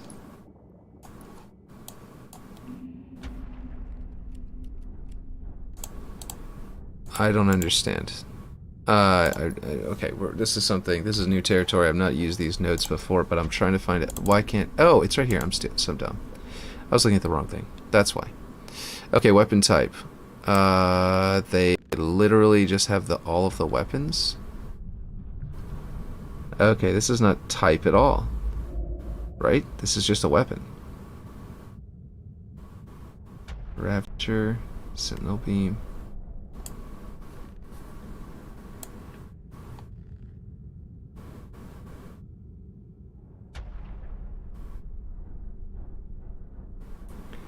So I would think that this would be like a not called a weapon type. To be honest, I'm confused. I was confused of what this was going to be. I was thinking weapon type would be like sniper rifle, assault rifle. You know what I mean? Like automatic sniper rocket launcher. And I was hoping that I could make it so where rocket launchers dealt more damage by grabbing what the player's weapon was. Right now, I'd have to script it out to check for every single weapon in the game if I wanted to do that.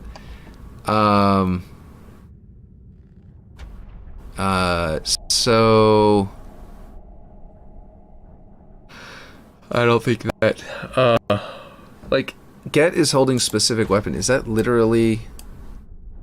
Yeah, it feeds in a specific weapon. Okay, so that means that like okay, that's how you like mark a specific weapon that's on the battlefield as being like a special weapon. A special version of that weapon.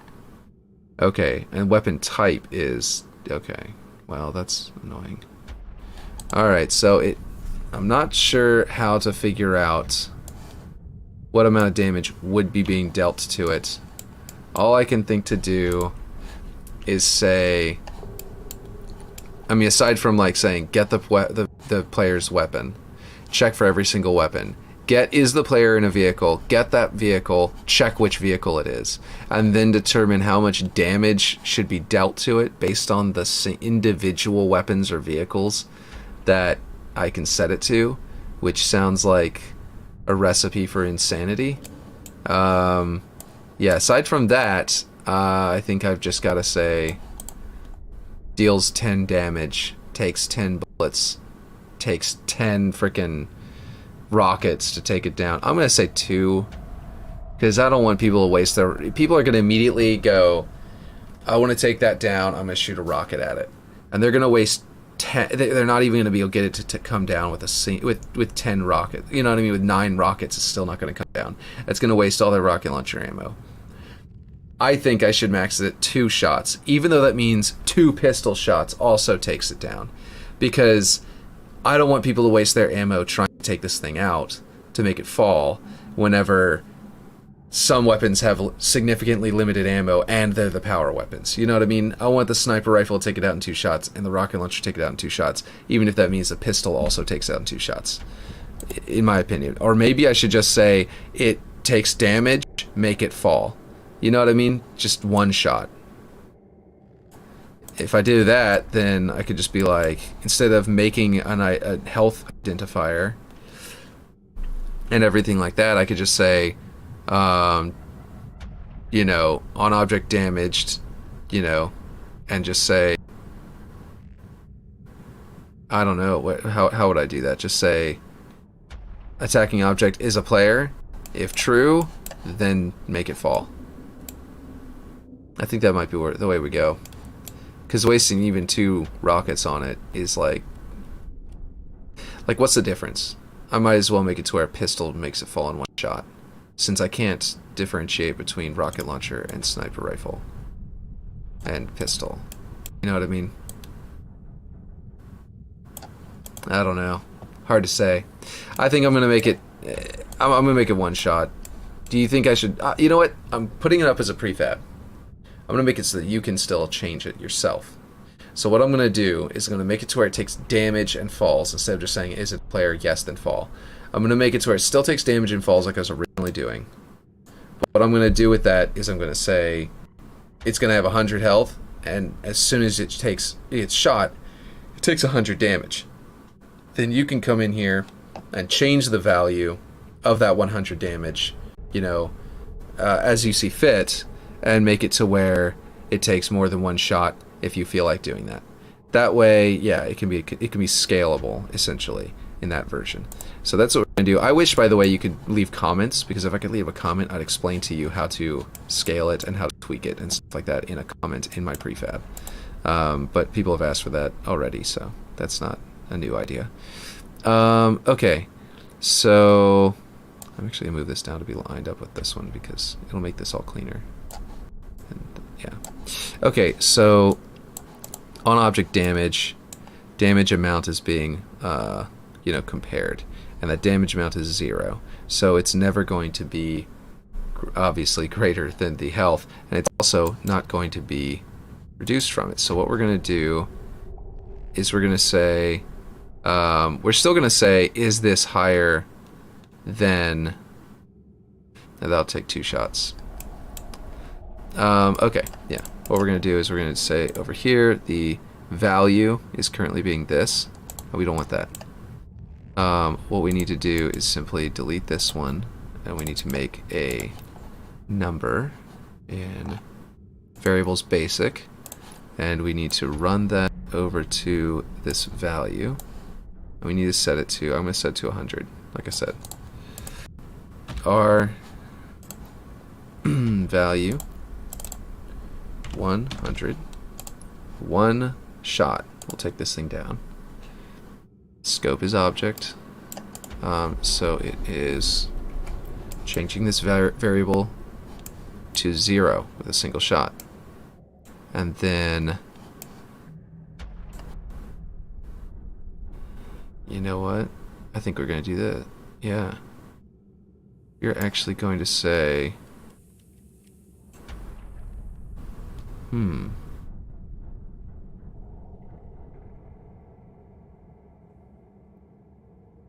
no, we can't feed that in there twice, so... Yeah, no. This is what we're going to do. This is going to be way better. I'm about to make some changes. This is going to be a super long one, because I'm about to slide it over.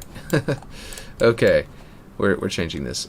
This is not going to be here. This is silly being here. This is going to be after this. And we're not going to feed into this. We're going to say, right after it gets shot, if this value, right, if the damage amount, we're going to say is equal to the condition, or is equal to the current health, which means you're going to want to make it take damage in multiples of 10 or whatever, so that you can, or 5s or something like that, so that it will reduce down to exactly 0. So if you do use this prefab, you want this amount to eventually, each shot eventually brings it down to 0. Now, it's going to check that before, hopefully if you shoot it twice in a row fast enough, like 2 players shoot it at the exact same time, that this won't completely bug out and make it not fall ever, because now it can't be. Yeah, no, you know what? Yeah, we're going to also do that. Maybe we should, yeah, if this is true, we're going to do another branch. Let's see. Oh, right. This is, oh, that's not what I want to do. Shift select. This needs to feed into here. So if it's a player, then do this, right? And then, I guess we gotta go there. And then branch here. And then what we're also gonna do is say, we're gonna do another branch, another logic branch. We're gonna do this because if it's false, if it's not that, but this comparative, if A, you know, the damage dealt is greater than, so 0, if 0 is greater than the health, then it will also trigger the next part. Actually, wait, we can't do that, because if true, that would, you can't feed 2 into the same thing, so then we can't just use this like that. Huh. Is there a branch that allows you to do 2 options? I don't think so. Yeah, no. I think we're good. I think maybe we just... There's a... Oh, you know what? I think... Is it... I think there's a way to do OR. And there it is, I believe. Boolean logic. Is that it? Returns and OR. Yeah, there we go. There we go. That's what we need. Not this branch. Just forgot how to do that for a second. Clear connection. This one and this one. OR. So as long as as long as 0 isn't less than the current health. There we go. That's what we wanted to do. That was simple. I just forgot how to do it with the nodes for a second there. Okay, cool. There we go. We don't need to create 2 different nodes for that. We just create one and done. There, it kind of flows downhill a little bit. Okay, so we have it. We have it here. This is on GameStar, by the way. This one can technically be like down to sort of signify that it is a separate part. So technically this is all we're doing for the logic. Okay, so this should work, I think. Now, so the way we've got it going right now is on object damage, the attacking object is a player. If they're a player, you know, that's part of this if statement, and if they are a player, which they are, well, first off, we're going to print the number that is the damage amount. Then, if they are a player, then we're going to set the number variable. We're going to set the number variable, which is the health. This is declared as 100, and we're going to reduce it by 100. Oh, right. This is set number variable, not minus. We need to actually, if I want to make it to where each shot reduces the damage. Can't believe I did it this way. Math. Right, subtract. What? Why did it jump down there? Bring it back up. Okay, this is our number variable. Clear that. There we go. Number is going to be down here. We're going to subtract. We're going to take this value, which is our current current one, and then we're going to subtract it from that. That's going to get shorter, and it's going to make us some more room. We're going to be able to do this. Well, we'll just leave it down here, I guess, but I'd like it here for cleanliness. And so this would work, and we can move this up and over. There we go. So it's going to take your current health, right? It's going to subtract 100 from it, and it's going to set that as a new value. I almost failed that. Okay, here we go. Now, if we build this out, it should now all work. I pressed the back button too fast? Oh, no, I'm still in move. Okay. Keep forgetting that I'm in move sometimes whenever I go in there. Okay, here we go. Here we go. Now we can finally see it in action.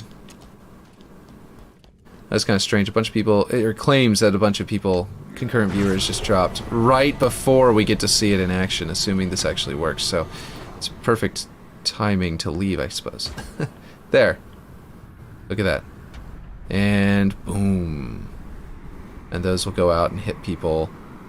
And we have a physics working stalactite. Look at that. Perfect timing for everyone to leave. Man. Okay. Yeah, so that works. That's great. Which team am I on now? Let's go shoot it with a pistol, and then we'll shoot it with a rocket launcher. Just to verify how well it works. So, one shot from the pistol, and it will fall.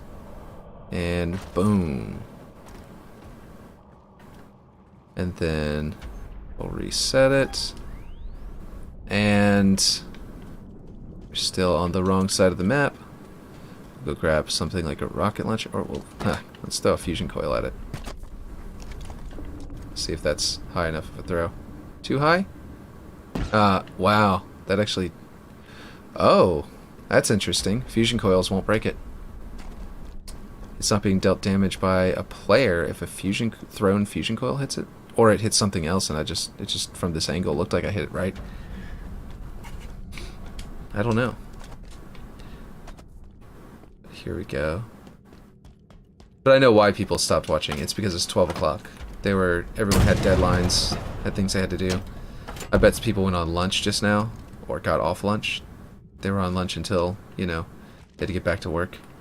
Okay, so that's why we had a concurrent viewer drop.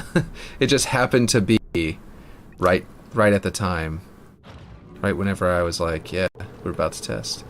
And that's unfortunate that they missed. Oh, now we're finally on the right side. That means we don't need to use a vehicle.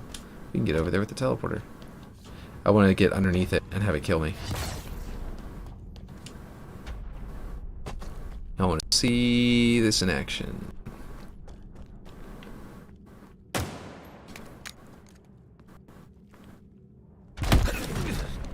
It works! I feel like George Sprav just there. Just a little bit.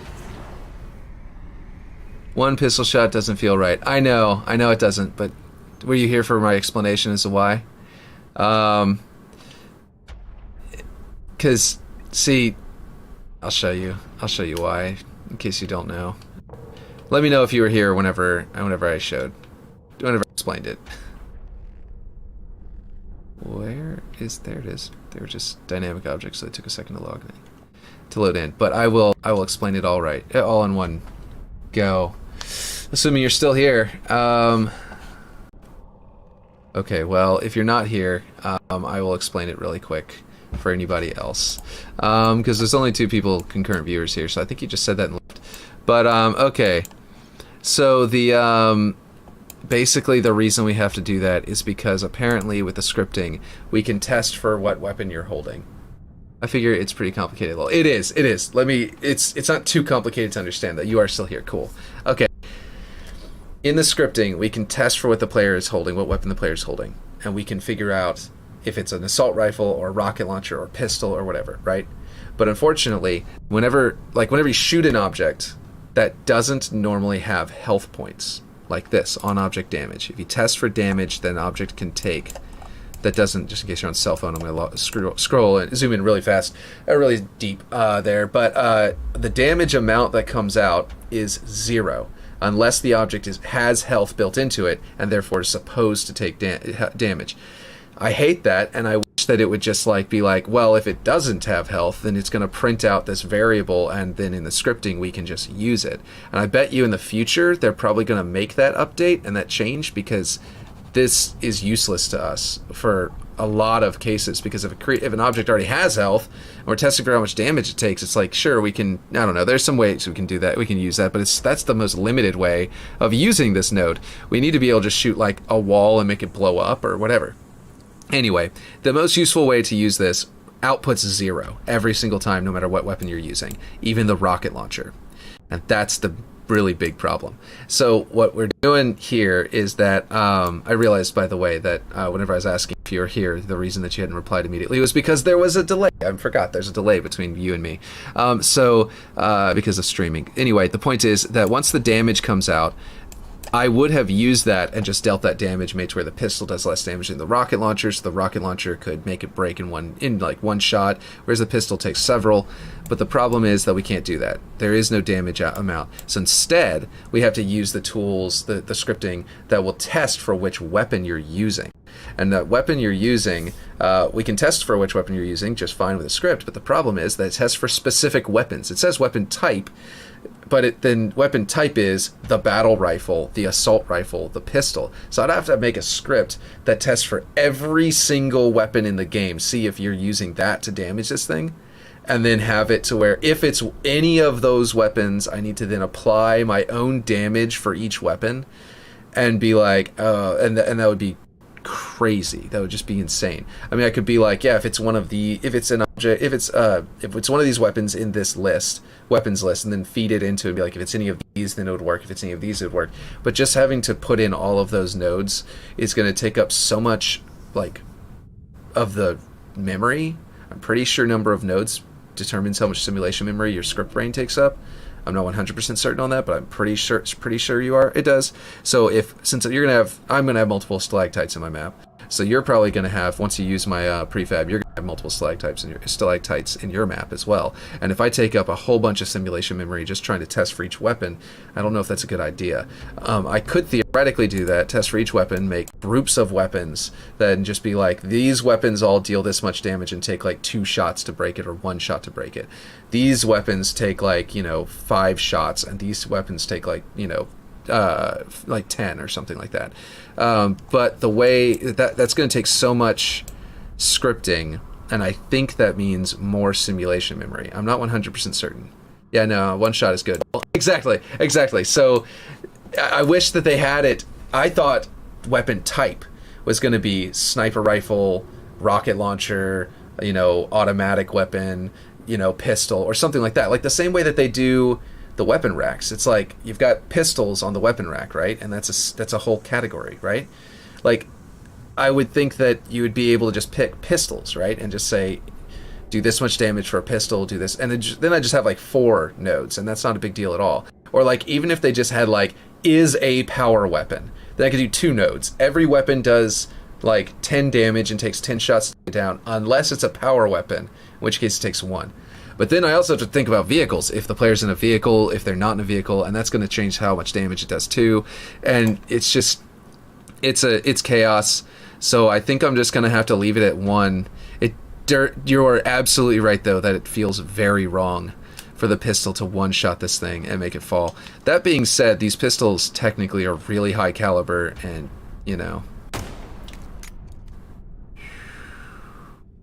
boom. Those fell weird. I kind of feel like a guy from The Departed. She fell weird. She felt funny. But yeah, those did kind of hit each other in the air that time for some reason. It twisted. Was it because I was so far away? I don't know.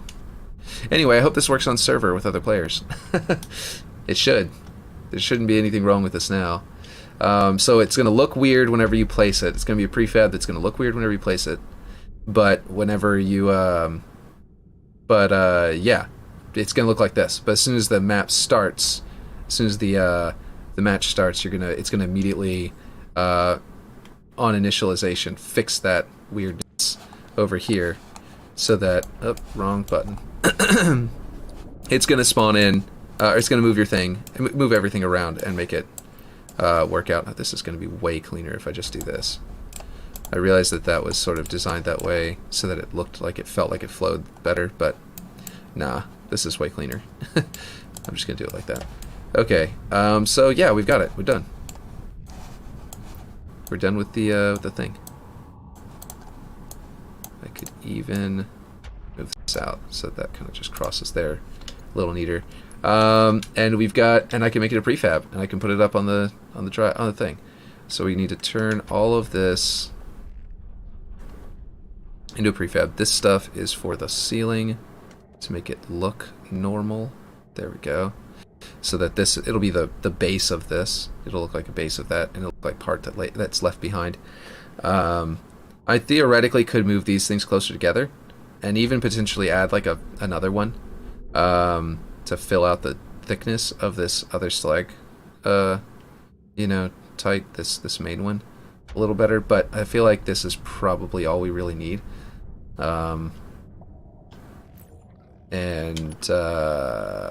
The script will have to be slightly different, a little more complicated, still just a tiny bit more complicated to do that. But what we're going to do here is now save the prefab as actually functional, or working, I don't know, functional Waterworks Stalactite. That's how you spell stalactite, right? Or is it the G one? Is it the one that has the G in it? Yeah, it has the C. Cool. I always get confused.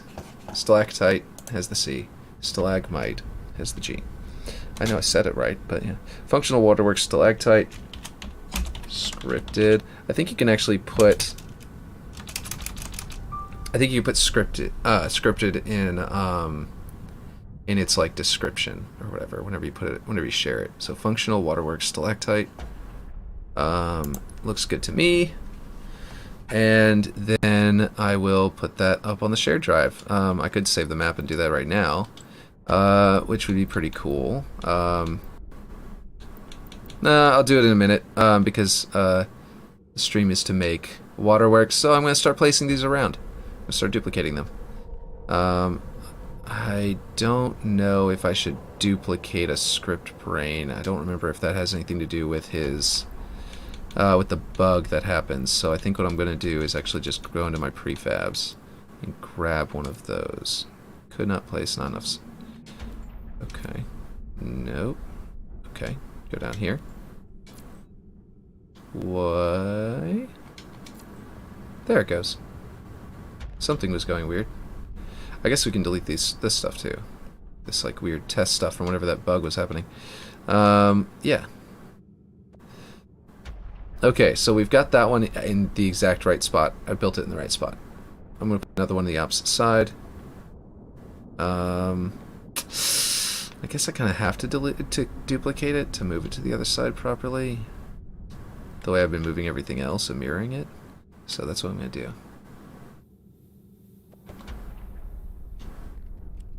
So, I guess the answer to your question earlier was, it's complicated. But also, here's the full explanation. But yeah, let's see if this will... Okay, you copied this way. So now, where is my box? There, in the ground. Okay. So it's down here. And it's already selected, so I can select this. I can move it. Hold it for a second so it doesn't get all messed up with the server. Switch to 180 rotation. Nope, there's some kind of collision going to happen, so it won't let me rotate it. Here we go. Move it all the way over here. Hold it for a second.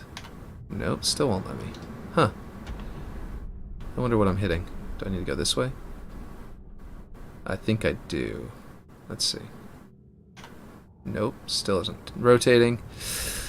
In case you're wondering, I'm trying to get this precisely mirrored so that one side doesn't have an advantage over the other one. Realistically, these should be combined, or it should be intentionally. Maybe I need to move it down. Intentionally, you know, not mirrored, so that you could balance it because the center structure is not mirrored. It's actually uneven for each player, for each base, anyway. Come on now. Why is it not letting me rotate this? This may not ever let me rotate. Let's see if it'll let me rotate to the left if I go all the way over here. Ooh, it kind of messed up there. Okay, we're just going to delete this. And we're going to just eyeball it. It's not letting me place it. So, yeah. Oh, huh. I just realized something. This script requires you to not be able to rotate these things. Oof. If I... Jeez. I just realized that. It's moving an exact amount to the side based on its current rotation. I can't release this as a prefab yet. Because this isn't adjustable. Like, if I do this, if I rotate this around, and then I build it out, it's going to be in the wrong spot. See, did you see it move? Move to the wrong side and watch it punch. You know, shoot it. And did it even generate the... Wait a minute. Oh, yeah, it did. I'm just too far away to see them, I guess. But yeah, you saw that? This moved this way on the x-axis. Ugh. Okay. Jesus. Okay. How am I gonna move? I need to move exactly that direction. Which means I need... I can't just move to an object. Like, that's the problem. Is that I can't just move to an object. No matter how much I want to. Which means either every single script brain needs to be adjusted. Which seems No, I don't want everybody to have to adjust their script points. In fact,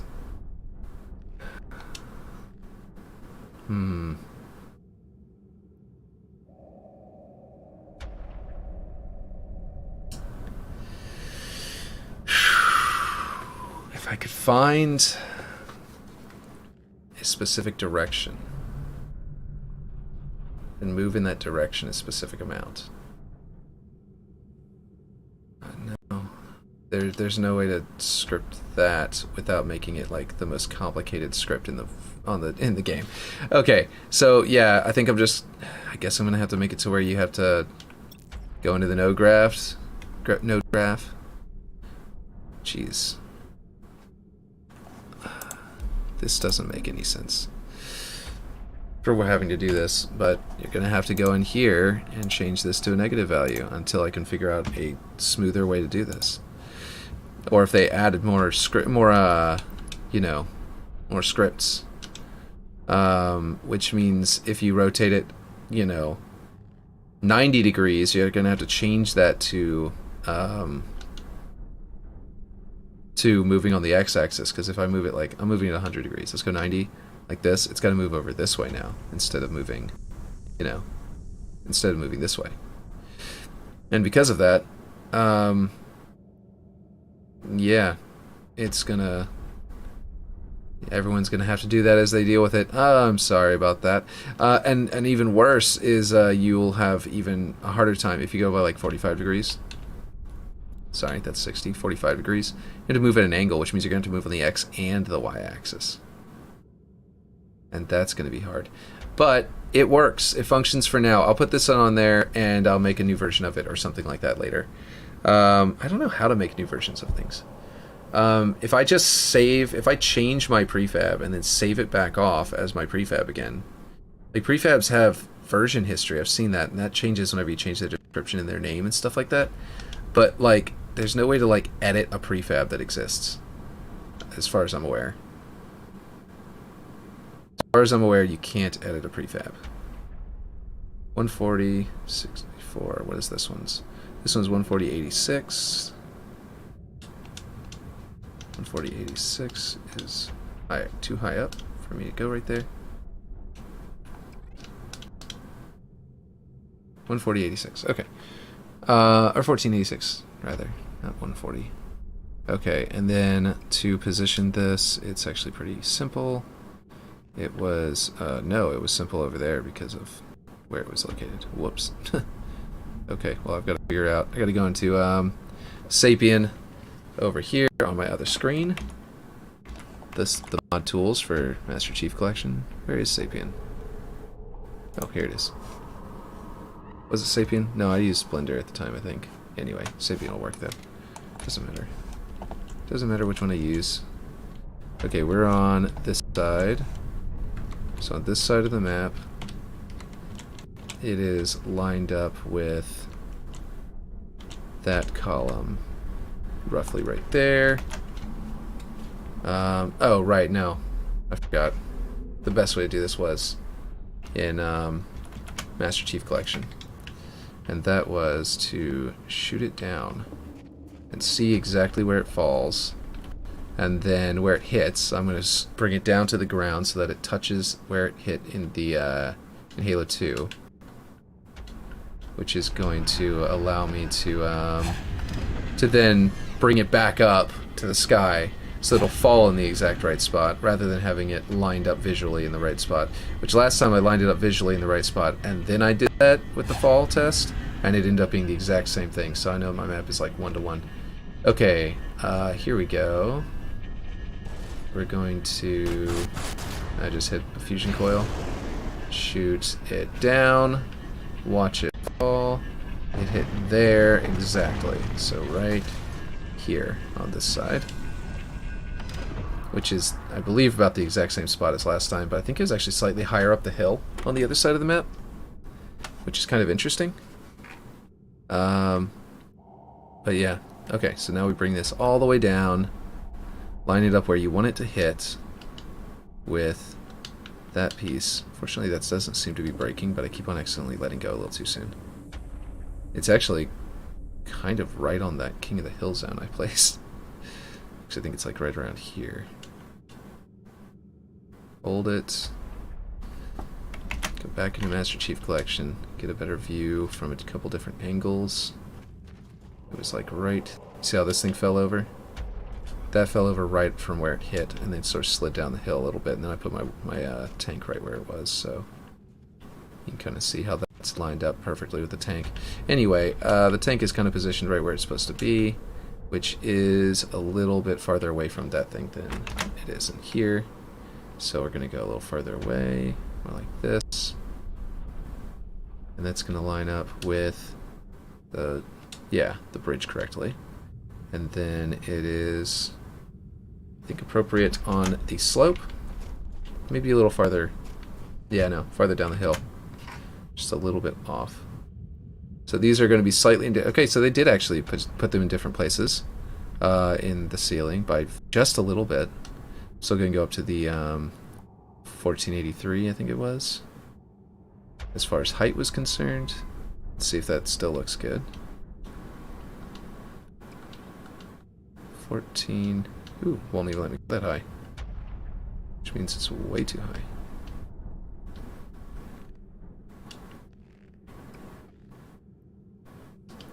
Interesting. The ceiling looks weird, and I don't know what happened over here. Did I delete an object over here that wasn't supposed to be deleted? Because that looks really wonky. Let's go through the entire map and get very confused as our location, and then come over here. I must have never duplicated that. Whoa, it's not part of anything, any prefabs. That's crazy. Something happened wrong over here whenever I moved it over. Or is that just that? No, it's, yeah, there's this piece right here. It's like jutting out. That's really weird. Huh. That seems very strange. Maybe I made an adjustment to one side and then forgot to make that adjustment to the other. That's not what I want to do. Get rid of this, which means these ceilings are going to be slightly different. Because I think it actually just needs to be... Whoa. Oh, that was the secondary explosion in Halo 2. Okay. Off on the side. So that goes there. There we go. That's how it's supposed to be, but I'm hitting the ceiling. I think I need to alter my stalactite a bit. I'm going to break this one out of its prefab. Remove that one, put it back in its prefab. It is probably not named the same anymore because of that. Move this up, and then that will be the sort of base of it. And then, yeah, now it's just prefab 2. It's not pleasantly named as something. And we're going to save the map like that, and we're going to see if that one works. Make sure it doesn't have any bugs, like things maybe hitting the ceiling and or not moving. Oh, I subtracted a negative number, didn't I?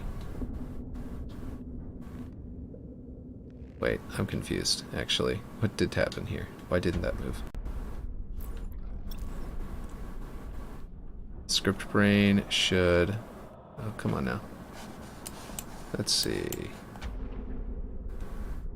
Did I not change this? I didn't change this, did I?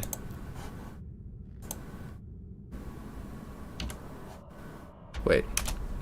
I? That's not what I meant to hit. Negative. Is this the right one?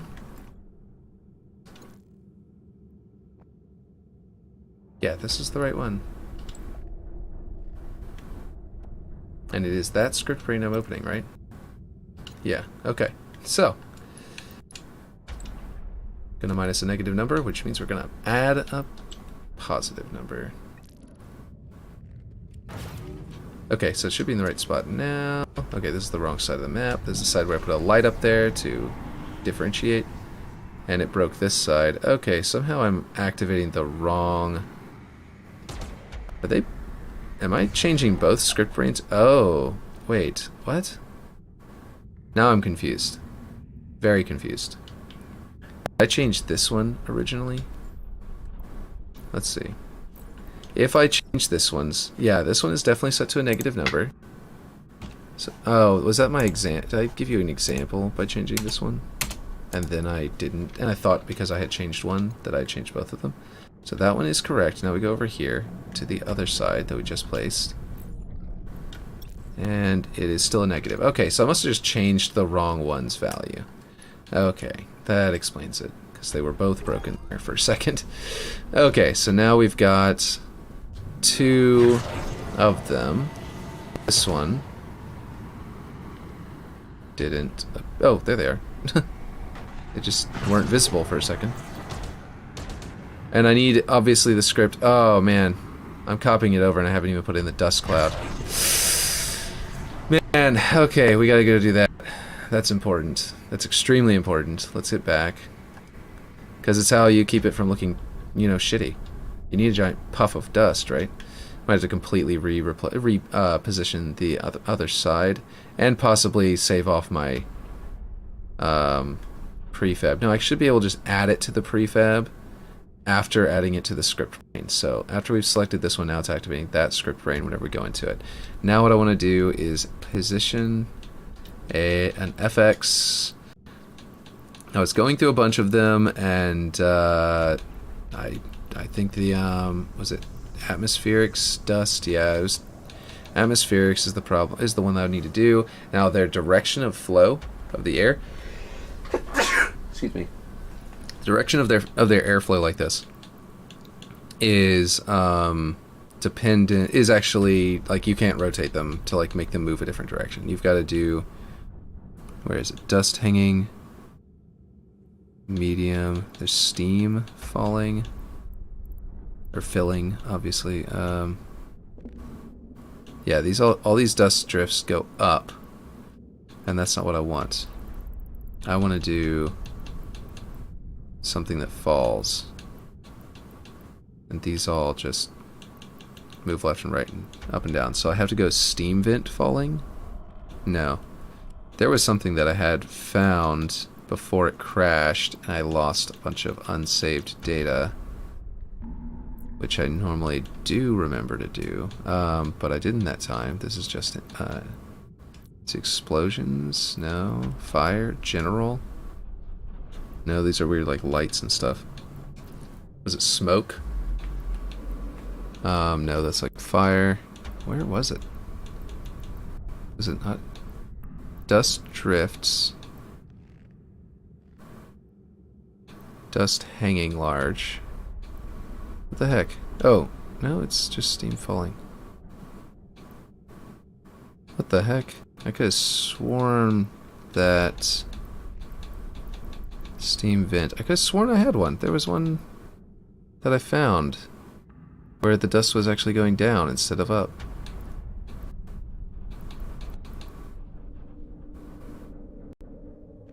What in the world?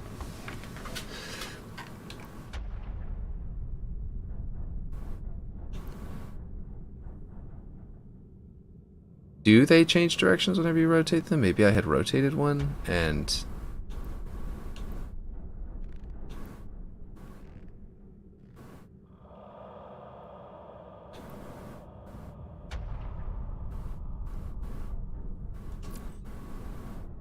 Okay, we're going to try and rotate it 180 degrees upside down.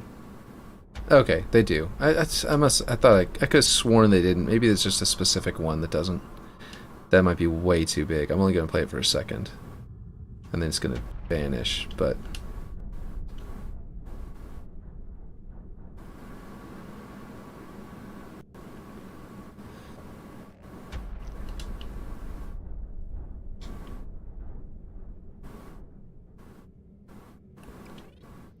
Can't believe even this hits objects that have physics on them. Like, come on. Is it like a rock fall or anything like that? Like, I want something that's like full-blown particles of rock that I can also add. Let's see, that's just steam, rise, like just like a burst of rocks. I mean, air explosion? Oh, no. Oh, Covenant air explosion. I don't know why I didn't notice that. UNSC air explosion. That's just an explosion in the air. Object preview not available. Object preview not available. Is that because I exceed the special effects budget already? Unity explosion, huge. Unity air explosion, medium. Okay. Fire, general. So, yeah. Maybe I can rename that prefab and say, make it like, you know, no rocks falling. I didn't think so. I was kind of hoping there would be. I know I was going to use one of these. Where is it? Dot square? No. There's a weird one in here. It's sort of lightning. Let's see. Thunderstrike. Blinking. There's one I think that's in here that people were using early on. Like before the release of it, so it could have gotten deleted by now. That is like little particles floating through the air that are like, it might be in holograms. It was like little... This one was one people were using. Anyway, I was thinking if I could change its color, but I don't think you can change the colors of them anyway. I was thinking about putting these in the water down low. And also, there's one person, and I thought about doing this too, if I've got enough budget at the very end, which I'm getting so close to the budget max, I doubt I will. But if I place one of these outside the map, and anytime someone falls into the middle where the you know, where the water is, put a little trigger volume there, and as soon as you touch it, it moves the splash there, and then moves it outside the map again, and it just, you know, it'll just move it to you, and then it'll go splash, splash, it'll you know, do the little splash, and then it'll move it outside the map, and the water will be more convincing. Like, this one is especially good because of how far you fall. It would just be this big old turbulent splash. So I might do that later on, as just some flair for the map, but in the meantime, I guess this is it. I don't know how I'm going to do... I had another map plan that now I'm looking through here and I'm like, I don't know if I actually do have the ability to do what I think I wanted to do. This is an energy.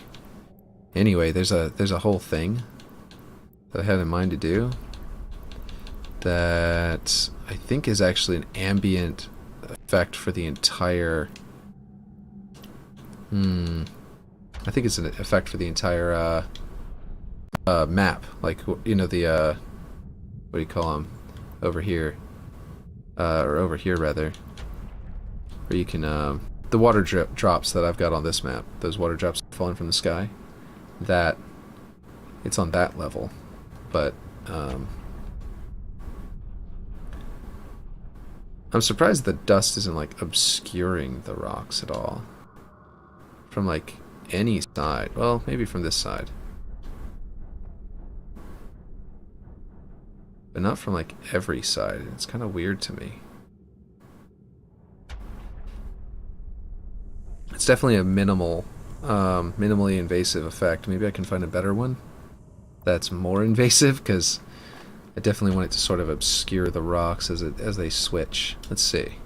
Oh, I don't remember which one that one is, but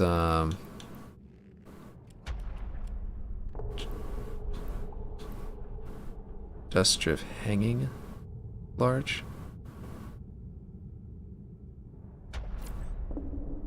Okay, show me what this one looks like. Okay, so this one obscures the area. So maybe I want a little bit of both.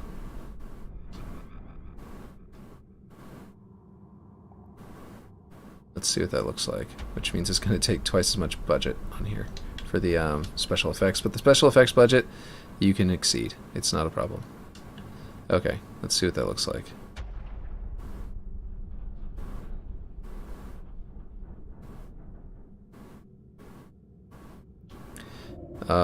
If that's the case, I think we need to move this one lower. If we go with that one, then we want the one that falls to be lower so that it keeps going.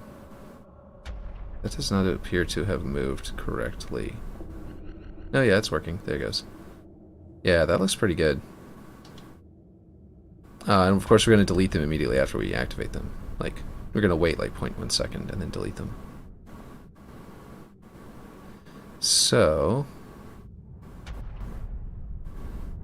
we need to reference them both in the script brain. So we go back into the script brain, and we're going to say Let's see. Add object reference. We need those.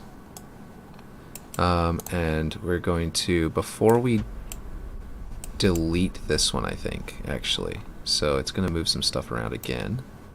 Before we even delete that one, we need to add a, we're going to need to despawn these at start too. But yeah, so we're going to need to spawn them. Objects. Let's see. Spawn object.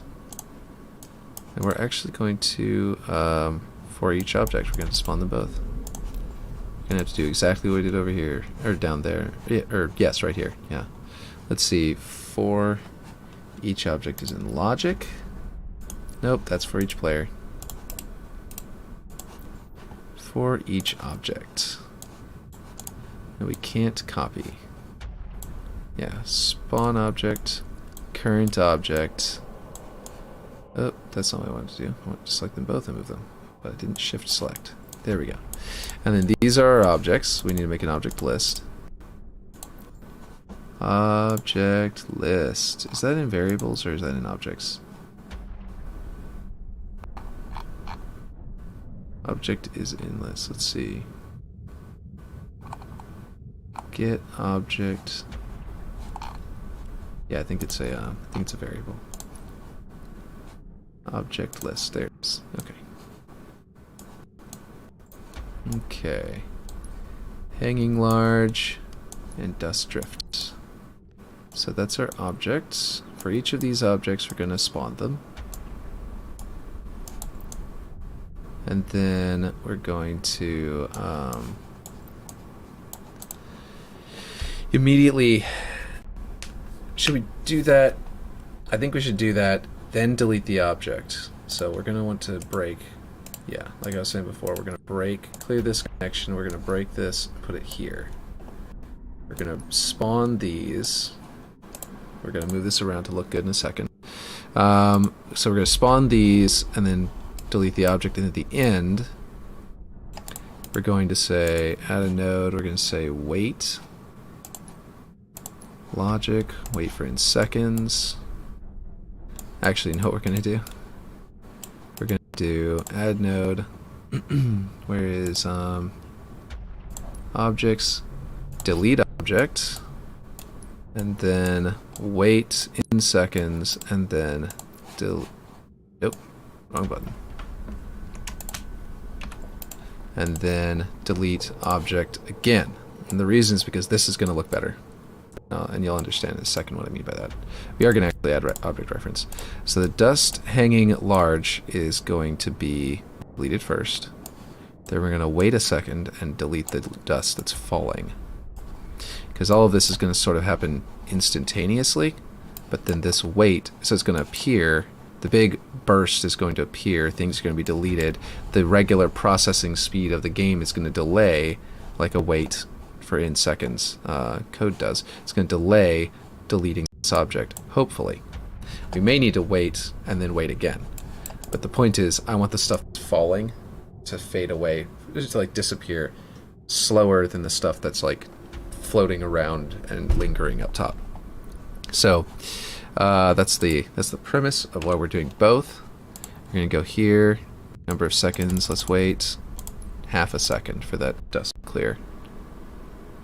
We might end up making that slightly shorter, because by this point it might have delayed due to, like I said, the regular processing of the game might have delayed it fairly significantly up to this point. Enough to notice. So then we're going to select all these and bring them up. What the? Select all of these. Shift select that. There we go. And bring it up. Yeah, so that's pretty clean looking. At the end there, this is not, but it will at least look good. Now we gotta despawn it. So down here, for each object, delete object, and this is our object list. But we're actually, what we're gonna do, actually add a node, and we're gonna say, maybe it's, no, it's, where is the ability to do multiple lists. Add to object list or same object. Combine object lists. We're going to clear this and combine both of these lists. Now this is going to be terrible looking. So instead, what I might do is just recreate this. I don't plan to delete it, so I'm just going to duplicate it. Shift D, is that correct, or is it Control D? Control D. It's Shift D for duplicate in Blender, and that always throws me off going from one to the other. Okay, so there we go. And we're going to have this one feed into there. We're going to select all of these and all of these, and this one we're going to drag them over. Maybe up here now, because it's a little cleaner doing that now. We can put this one here, and we can feed it into here. And then that should make it to where the very start of the game, on game start right here, we immediately, for each of these objects, delete them. So all of those objects at the beginning, and then on completion, move our thing over, which, you know, it probably doesn't need to be on completion anymore. Well, no, it definitely does now, because now we're moving at a certain distance. So if we don't do on completion, it'll keep moving over and over again, rather than translating to a point, because there was that weirdness that was happening. Okay, so this nonsense up here is messy. Let's clean that up by moving everything over, making room for these to come down. And I think I might leave it up there and have it come back down, because it's like, yeah, this is our dust, and then we're going on. You know what I mean? I guess I could theoretically just select all of this and move it up here, though, and move on from there. You can tell that this hump up here, this little climb, is the spawning of the dust. So that should work. And I don't think there's any node points, like the points that I'm leaving unfilled. I believe everything's filled in, including the weight. Yeah, let's do that. So at the start of the game, those should disappear. And it should move over. There it is. It was on this side that I made it, right? The light one? I might not be close enough to even see the dust cloud from here. Okay. I need to refresh, because special effects actually do a very short range. I'll fly up there. Okay, now... I don't think this was the side. I think I did it on the wrong side whenever I created that. No? That was also kind of weird how those fell. Huh.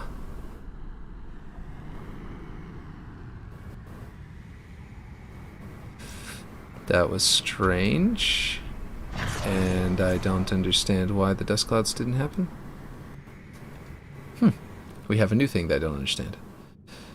Okay. So first of all, actually, let's go back to it and find out that if I put the... Oh, jeez, it's doing that thing where it's super slow. Okay, there we go. Dust clouds are definitely not here. They're over here. Where are they? There they are. Huh. What is it? Well, you can change the color. Look at that. There was some kind of particle effect that they had that was like these floating little triangle hologram things that were flowing through the air. And I'm going to use those for like leaves, and hopefully I can change that color. But they're going to be from a... Yeah, I don't know. Team neutral. I may not be able to do that, and it might be an entirely failed plan. Hopefully it's not, because my plan was, yeah. Anyway, that's the next map. Team, yeah, there's nothing about spawning here that would make it... Physics is phased. Yeah, I don't know why they didn't fall. So the only thing I can think of is that isn't long enough of a wait time. But it's an entire half a second. We should at least see them start to spawn. I understand what happened now. I don't know how this happened. But I had this one selected. I get it. I get it now. I put all of that into the wrong script brain. Which means these two objects need to be moved over to the other thing. I don't know how it didn't select the correct script brain whenever I switched. But somehow, I once again used the wrong script brain. So whenever it happened at the wrong side of the map. Whenever I pressed it, it didn't happen on the right side of the map. Okay, we're almost done for today because my kids just woke up. And that is usually whenever we get done. But it's not quite yet. We're going to test this first.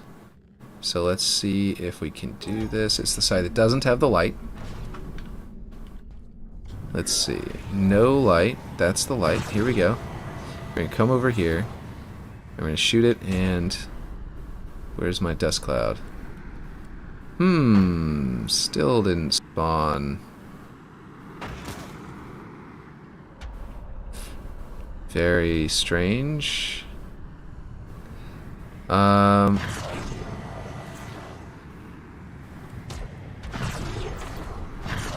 jeez. I was going to try and fly around here, but I hit a rock. Okay.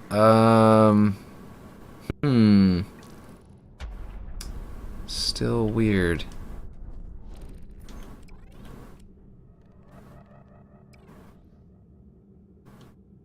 There's everything. Let's save this version of the map before I break something. Okay, so we're in this script brain, and it has everything in here.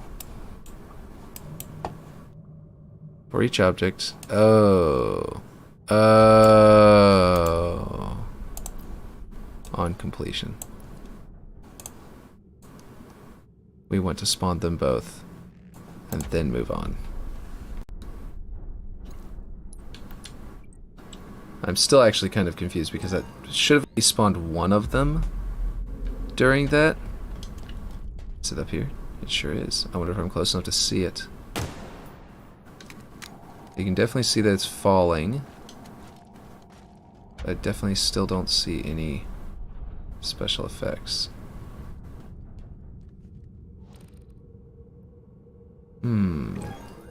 The dust cloud. Well, this is better anyway, because now I can fly up there and closer whenever it happens.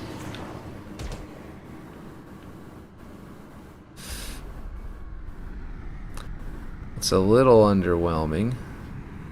Wish they'd all spawn in simultaneously.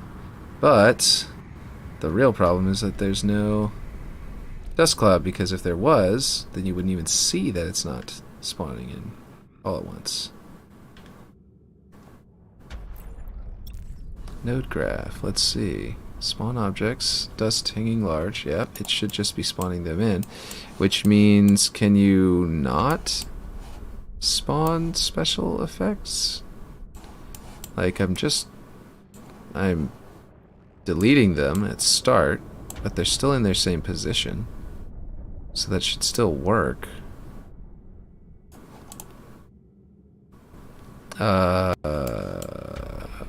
Oof. This is being annoying. Maybe it has to do with the fact that we're not waiting here for this one. Maybe it's getting deleted so fast that we're not seeing it or something. So maybe we need another wait for in seconds. Logic, wait for in seconds. Seconds would be, we'll do 0.5 again and see if it might be that they aren't existing long enough to puff, you know? In which case moving them into position might work. They won't be able to have separate positions except for...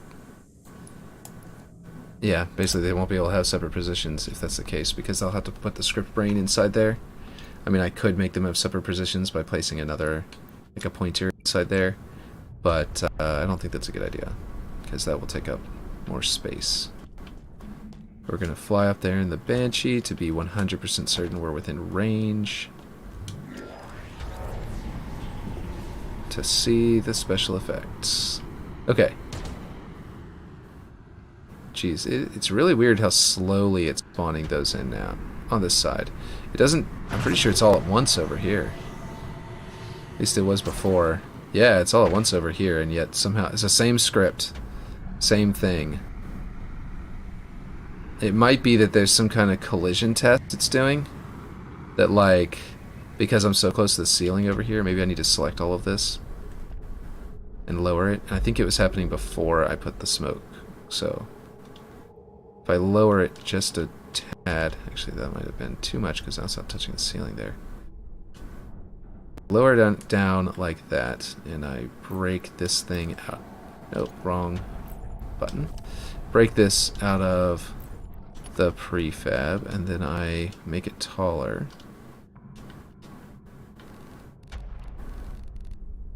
And maybe a little bit wider. Nope, not like that. Okay, let's see. A little bit more of an angle for the root here of it, of stone. Okay, so that might make it to where these are not testing to see if they're going to collide with something and then hitting that, seeing that rock and being freaking out and basically slowing down their spawn rate. That's my theory as to why they're doing it. Don't actually know. But we also have these, which are still not spawning in, and I think that what's happening is that they need to be... Let's see, if I put this, what is... Oh, that's not what I wanted to do. I started moving the whole prefab. Whoops. I need to break the brain out of the prefab over here. So, putting one of these into your map might be a little more fiddly than I thought, but we're going to find out how this works in the end. So anyway, this is going to be... Script brain is going to be between these rocks. Okay? What it's going to do is, it's going to be... I'm going to put it right in the middle, because originally I was going to put the puff cloud up there, and the dust cloud, the falling dust cloud here. With the falling dust clouds like existing longer than the puff cloud, it won't matter which one is above and which one's below. Anyway, we're going to select both of these, pull them out, go outside the map, place them up here, and actually we can just... I seriously doubt that like more than one of these stalactites is going to be shot down at once in my map, but in your map it might be. So no rocks falling. Wait, why did you say no rocks falling again? I think I read that earlier and it already made sense, so I'm not going to worry about it. Yeah, but I think that, yeah. Oh, the no rocks falling. That's right. It's a special effect with little rocks. I'm dumb. For some reason, I thought that was a new message for a second, and then I was like, wait, no, it's not. It can't be. Because I remember that one. Anyway, so we're going to have this... I'm going to move this a little closer to make it a smaller node graph. So for each object we're deleting it. We actually don't need this anymore, because we're not going to delete them at start. It's kind of unfortunate, because I was like, I'm not going to delete this, so that's the one thing I copied. So these nodes don't... I'm not going to delete it yet, actually. I'm just going to break this. Hopefully that won't make it to where it doesn't build. Because if it doesn't build at all, just because this isn't connected to something, that'll be kind of frustrating. But I think it'll just throw a warning and still work. But anyway, the point is that... Okay, so we're not going to delete them because we want them, which means we're not going to spawn them either. We're going to move them. So we're going to delete that, add a node to objects transform, move object to transform, and we're going to say, what's this? Object reference prefab 5? Oh. Is that why it's taking so long to... Oh. Look at that. Hey, look at that. When they're in a prefab, and they used to be referring to specific objects, they become prefab 5. Because it's referring to a specific object in that prefab. And every single object... And so it's having to go into the prefab, decipher which object it wants to move, and then do it. But it's all because it was prefab and then copied and then placed, and that's making it suddenly work slower. Oh wow, that's not good. I don't like that at all. Oh, anyway, let's see. Execute per object, current object, and destination object will be the script brain, which we have no reference to because all of them say prefab 5. Brilliant. Okay. So it kind of sucks that we're doing all of this in the copy of the prefab. Let's ungroup it and see how this works. See if it clears all that. Okay, it cleared all that. So you're going to want to ungroup your prefab whenever you grab one of these, you know, objects from the you know, what do you call it, the file share. If you grab a prefab from the file share and it has a bunch of individual objects referencing, it says prefab 5, that's going to slow down its animation. I bet that's why it was falling so weird. So we're going to go move object to transform. It's all kind of tight right now. You would rather it be more over there and more tight there than over here, because there's 2 lines over here. Those double line there. Okay. Now I don't know if we have a script brain reference anymore. Actually, you might be. Yeah, we're selecting it right now, so that's good.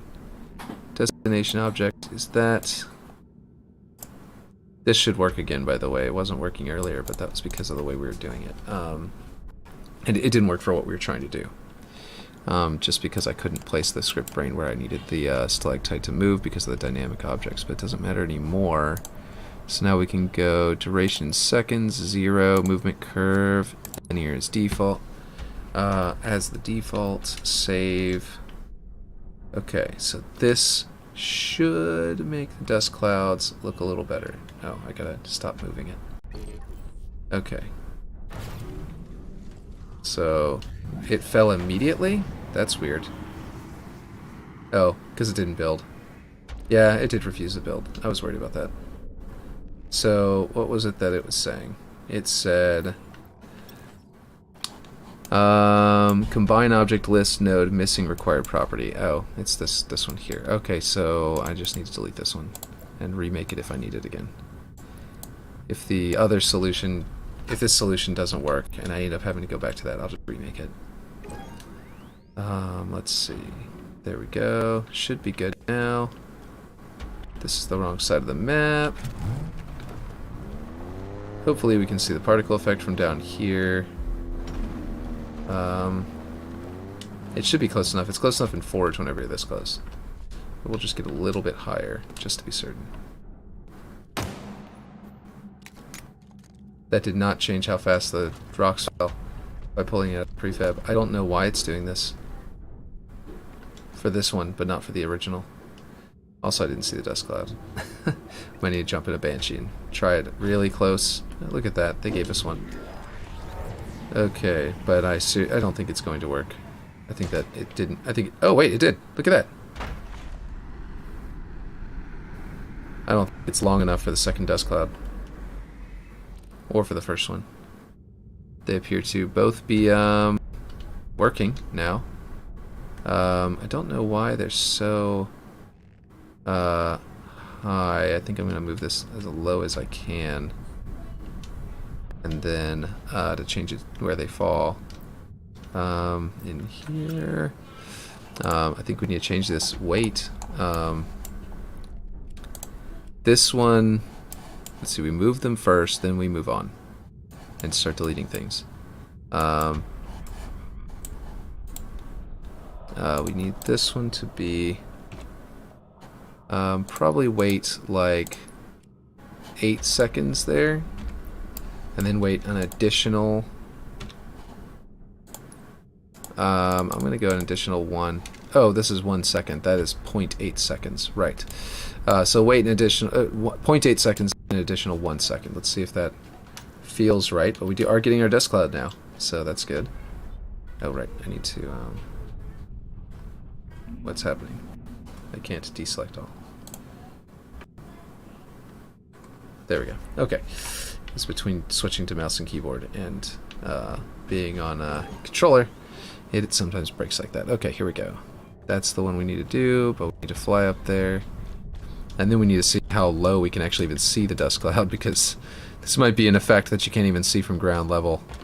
And I don't know if it's worth it if that's the case.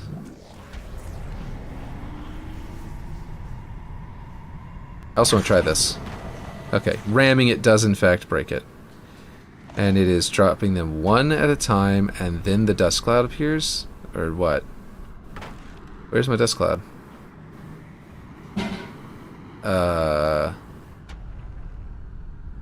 Hello?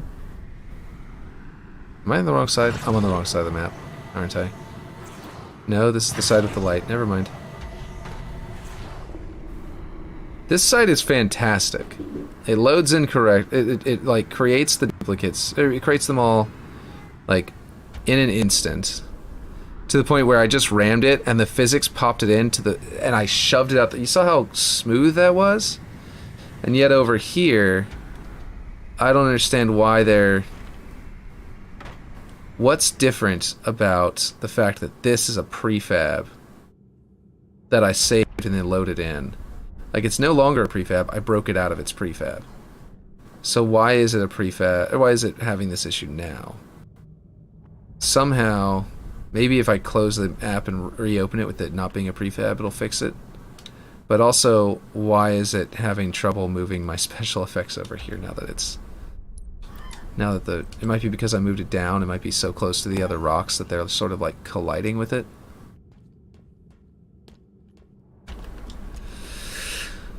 Okay, let's see. Yeah, see, why is it 1, 2, 3, 4? Why is it so slow? Over here, it doesn't make any sense.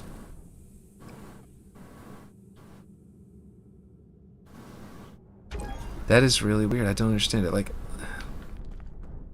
I'm gonna do a Banshee again and show exactly like exactly what the difference is between these two sides. It's insanity. How one, they're scripted both nearly identical. One of them is doing a very slightly different thing, and the other one is, but it's not enough to. It shouldn't be anything that would change the way it behaves in this regard. So over here, you shoot it. It falls 1, appears 2 up here, 3 up here, and 4 up here. It's like, I don't know why. It's clearly in the order that they're in the list, though. This one, you shoot it and they all appear at once. And it's to a point where if I ram it, which I'll have to redo to do that, it does this really cool effect, which I'm going to show right now. Where is... Oh, no. I'm so far from the Banshee. Man. Wish I had done this before I placed all of the spawn points, because now I've got all these spawn points all over the map. Okay, this was able to clamber up. There we go. Yeah. Alright. So now we got a Banshee, and we're going to ram. This one we're going to ram, and it's going to go... And we go through it, and it's just like we bounce off it, and then it does... Yeah. This one, though, we're going to ram, and it's going to go... Boom! And shove the rock and everything. Like... It creates it at the right time, it shoves the rock, everything goes smoothly, and I don't understand what the difference is between these two. I mean, obviously, these wait seconds are after. So for each object, you spawn the object, and it's pulling from this list, right? And the only thing that's different is that these object references used to be... well, they're lower on the list. Could that be it? Could it be that dynamic objects you want to be quick and easy to spawn need to somehow be higher in your hierarchy on your map? Because it might be like having to search through the list of objects on the map to find the one that I have. And the ones that I've placed, somehow they might be in different lists, which did crash so many times. I have no idea where they're located because I didn't set my my base thing. But I still don't know why these aren't moving to transform either. Now that they it stopped working once I moved where the brain was. Maybe I need to move the brain even farther in a totally different spot. I don't know. We'll find out. But it should be instantly moving both of these special effects to the brain, and then deleting the rock, and then doing all the rest of this stuff.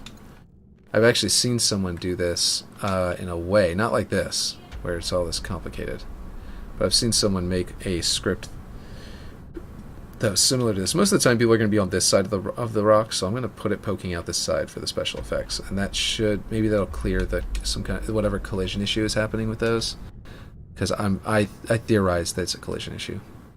That I put it, because I moved it and it suddenly stopped working. Wherever it was before, it was probably working. I did a few other things though, so it could have been something else, but I think it's that I moved it. No dust cloud, actually, even with moving it.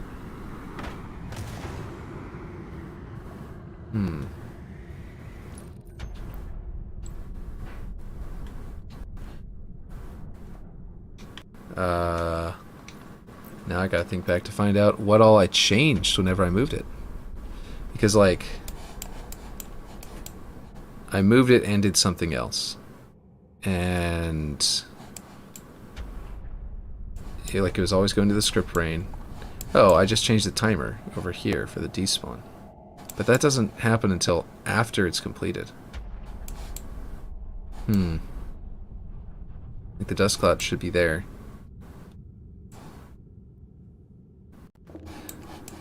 I don't know. I'm confused. Like, very confused.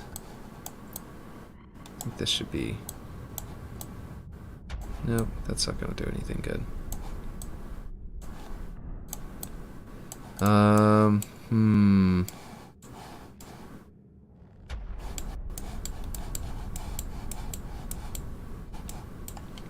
Is it moving it, but they're not doing anything is the question.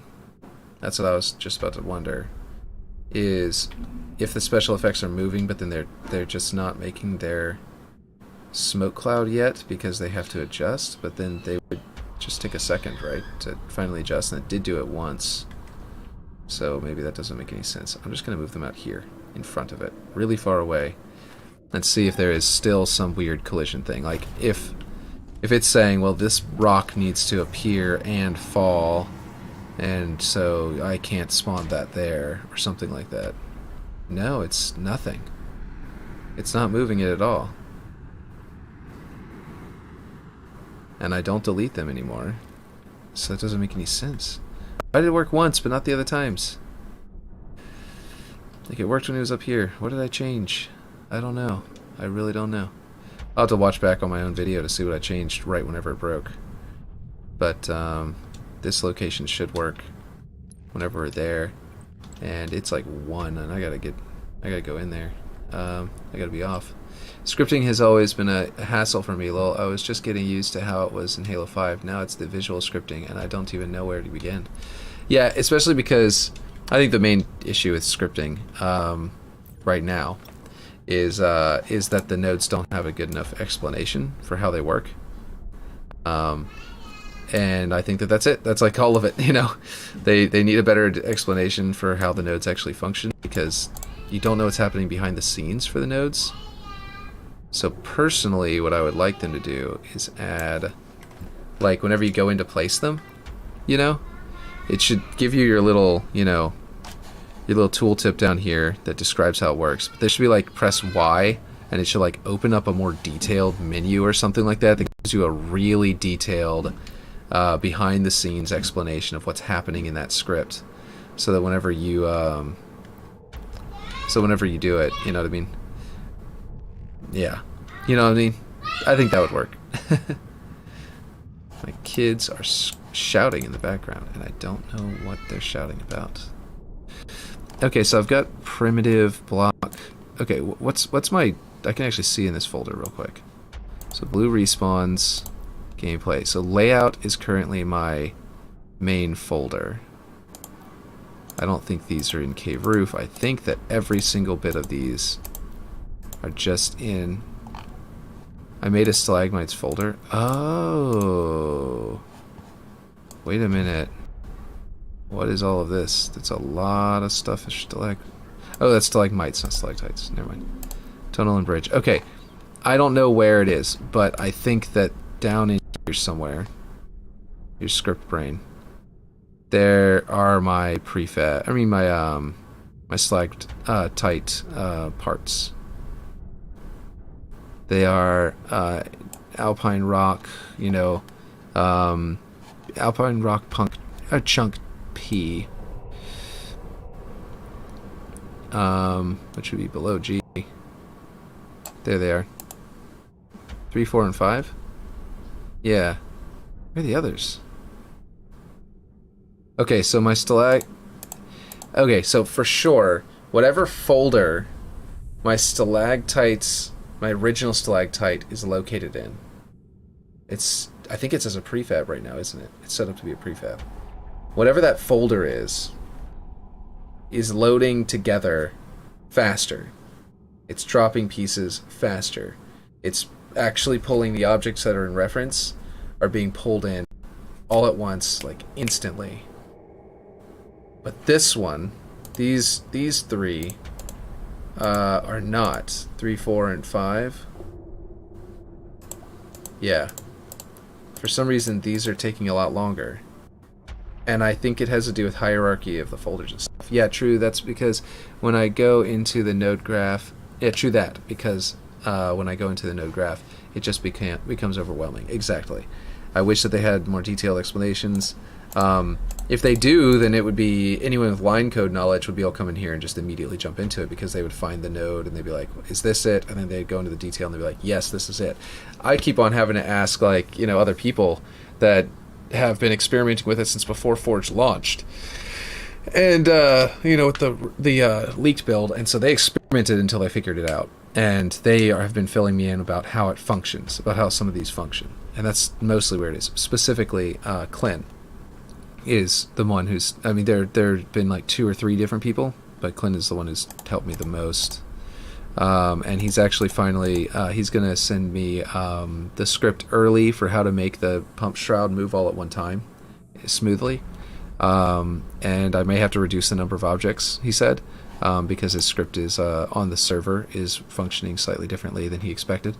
Even his smooth everything moving at once the solution is also having trouble. So with the number of objects, but he's still working on his to release an actual version of it later. So that'll be he might actually still come up with a better solution later. But for now, he's going to send it to me, and we're going to do that at some point. I wonder if he's actually sent it to me now. Today, I don't think so. He'd probably still have to make it, because he said he's going to make a video, and then that video we can watch it. He said, I'm going to make you the video, was the last thing he said. Okay, I finished the script. It works super well. I'm going to make you the video. Cool. So probably, maybe tomorrow, I don't know. It's going to be on his time. Whenever he can make that video, he said that he's going to make a video for me so that we can watch it together on stream and learn how to make things move. And he will probably, my prediction, he said it's going to be funny. So my prediction is he's going to chew me out for bothering him so much and for constantly talking, like messaging him about it. But yeah, that's my prediction. We'll see how it goes. But the point is that I don't know why it's not moving these objects immediately, or what's going on. It's possible that something is because we moved it. It has nothing to do with how close it is to the dynamic objects. I don't know why they're not moving. We'll see. I don't know. They do just keep going, right? They keep on recreating themselves. Maybe it's about how quickly. Like, am I gonna have to despawn them and respawn them? Is that the reason? Like, that's my that's one thing I'm wondering about, is because that one time that I did it might have been whenever I spawned, that it worked. It might have been whenever I spawned right next to a banshee and immediately went after it. So I don't know if I'm going to be able to get it fast enough this time, for example.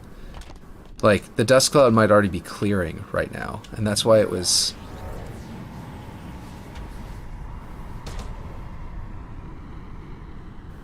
How long do the dust clouds last? Oh, I know. I know how we can find out. I still have this block moved, the blocker that stops a banshee from a vehicle from moving through. Well, I hit it. So I should be able to fly over here, and if there's a dust puff, yeah, it's not puffing over here either. It must only last a second. I need to learn about special effects a little better because... Can you tell it to like trigger a special effect? Is that like an actual thing, that like a script thing? Like if there's a script that says like trigger effect FX or something like that, then that would mean I could just place it and hit it, use a script and just make it activate.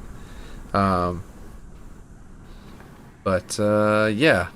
I don't know. That's going to be a thing that possibly for future William. Let me check really quick for a node this for like special effects things, but I don't think there is.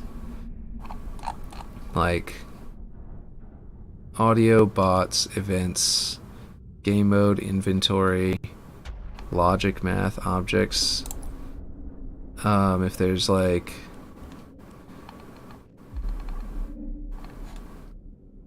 spawn, no. So here's a question also.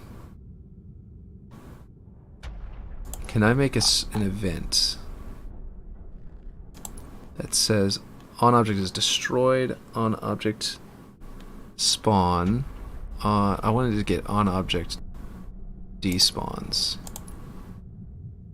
if that exists. On object interacted, on, nope, that's inventory, that's events inventory. So we'll try on object destroyed, event called when the object is destroyed or despawned. Okay, on object destroyed. Okay, the object is going to be, we're going to put this up here. On object destroyed, we're going to do this dust cloud. We're going to say print, so UI, print number to kill feed. And we're going to go and, oh, come on. We're going to go here, we're going to print the number. We're going to say 117. There we go. Obviously. And then, okay, we're going to build that. And if it despawns whenever it finishes its puff, then we will know, and that means we'll be able to respawn it. No, I don't think it did, because... So it's still spawned, it's just not active, which means we can't do the move thing. We have to despawn it, move it, spawn it, or just despawn it and then respawn it like we were doing initially. But I don't know why that wasn't working. I forget why that wasn't working. Anyway, I probably need to feed... I need to... My kids have probably gotten themselves snacks by now, or my wife has fed them, because she's off of work. Today, but yeah, I probably need to get going at this point. So I'll see if I can figure this out later. I'll maybe post to Twitter and ask people about it, about how they got it. There's one person, like I said, I got the idea from someone else, where if you fall through a trigger volume, I don't know if I actually said that I got it from someone else, but if you fall through a trigger volume like this, which is designed to look like water from really far up, it makes a splash. They moved a splashing effect to the trigger volume, and that was what I was trying to emulate here. Like, these just continuously work. But so do the sound effects that just constantly blow up and blow up and blow up in the background. So that's probably happening here too. Anyway, the point is that, yeah, I think that we've got to figure out how to do this by asking someone how they did it. Is there any way you could do it with one piece, and when it hits the ground, it breaks into more pieces?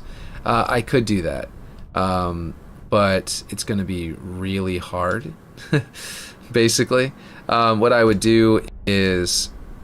I would have to come up with... I'd have to use sort of math. Okay, first of all, I'd have to use some math. Where the one piece would fall, The main reason that I didn't do that, I was wanting to do it like that because that would be like the original. The main reason I didn't do that is because dynamic, this is the best piece for a stalactite for its shape, and they come in this scale when they're dynamic, or that scale, or even bigger, like almost that big. It's insane. So for them to be the right size, this was way too small for Waterworks at least, and you could do it bigger, or I mean this small in your own map if you want to do that to make it, you know, your own way. Like spawn smaller rocks, yeah.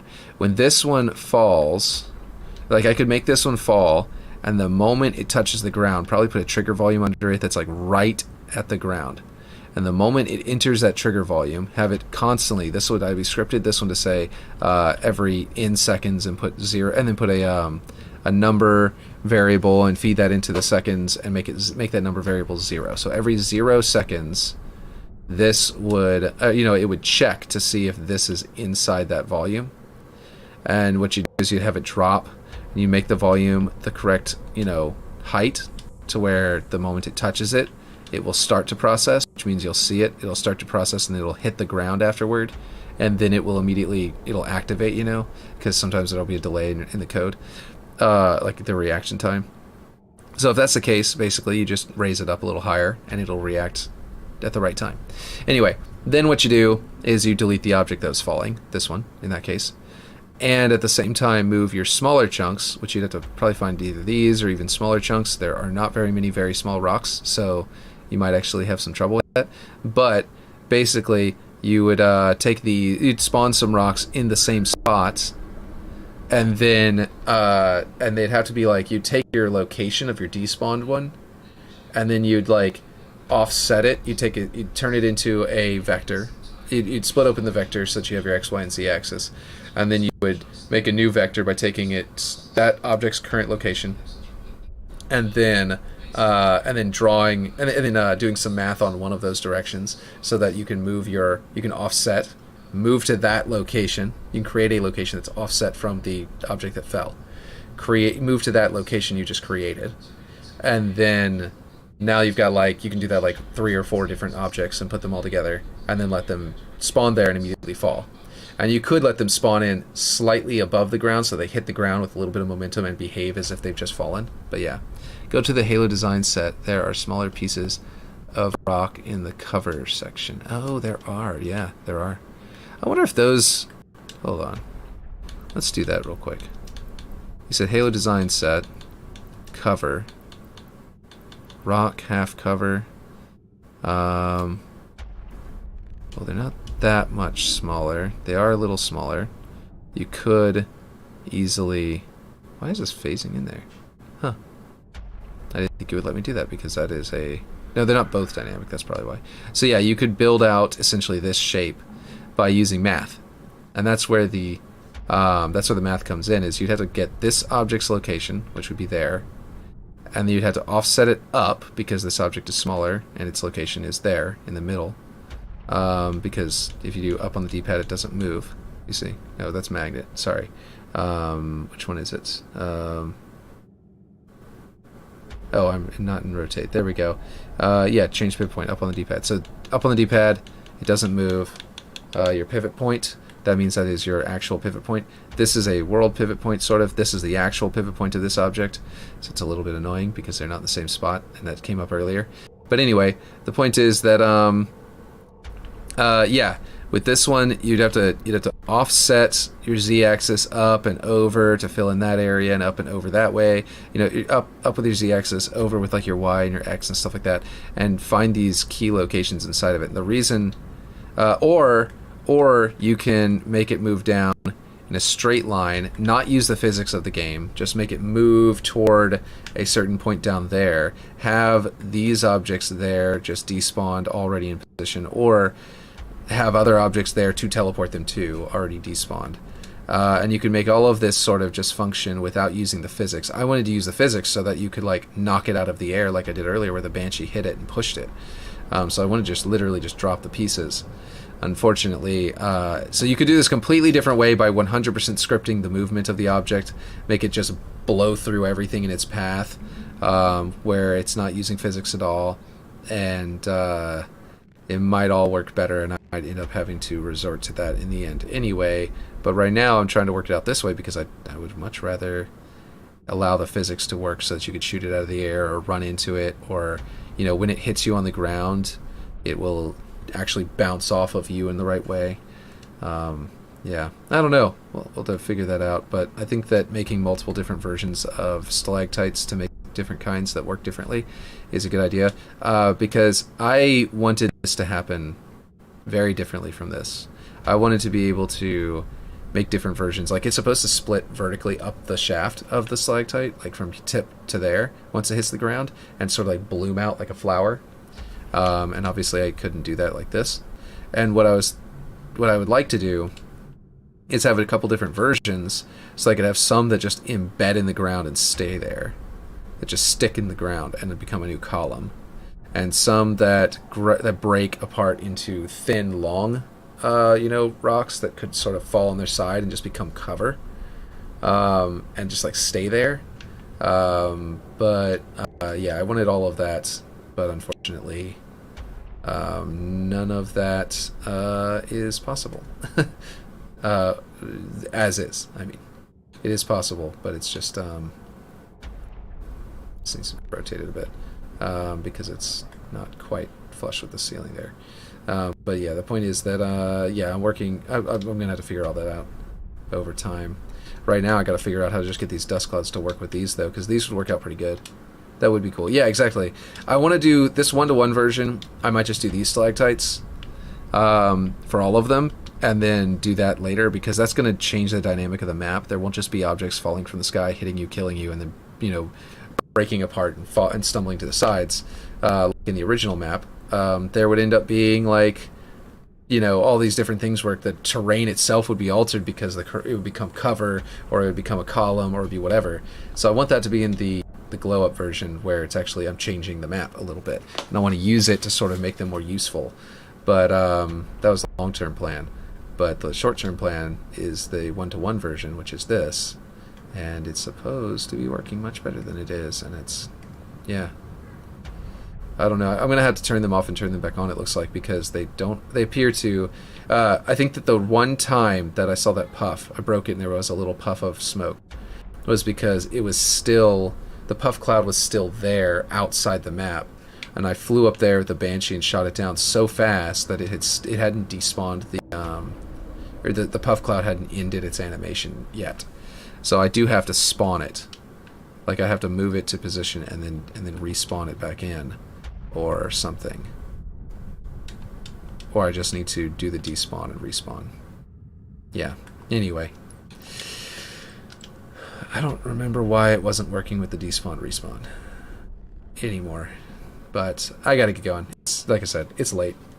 I've got to get going. I got to get it off. I got to sign off. It's way longer than I meant to go today, and mainly because I got into the scripting and I started, like, my brain was not allowing me to stop, I guess. I was hyper-focusing is the term, I think. I believe I've got ADHD. I'm not certain, but I believe so. Anyway, yeah, so I will have to...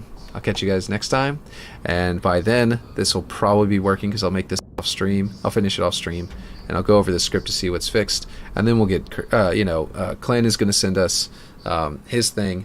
We'll be able to watch that. We'll get more scripting. I don't know if that's going to be tomorrow or not, but he'll make a video at some point. We'll get even more scripting in, and by then I think this map will finally be done. I was saying like 1 week, like yesterday, 2 days ago, was whenever it'd probably be done by. But now I'm thinking that because Clint is finally going to send me his thing, and I might have to debug that and work that out. Because I'm not going to make I'm not going to be able to use his script exactly, I don't think, unless he's going to change it to work exactly right for what I need it for. But he's going to send me a script, and then I'm going to use that. So at that point, it's going to be like, yeah, I don't know. It's going to be, we're going to find out. We're going to find out if it's going to delay it a bit, because I'm going to have to debug that and work it out. I was going to release it without it and just wait for him to be done, but he is going to send it to me early. So I appreciate that, but it might end up delaying Waterworks a little bit, because then I can have it in day one, and that would be way cooler. Anyway, yeah, so I'm going to head out. I'm going to catch you guys next time, and go my kids on their schoolwork, because they actually have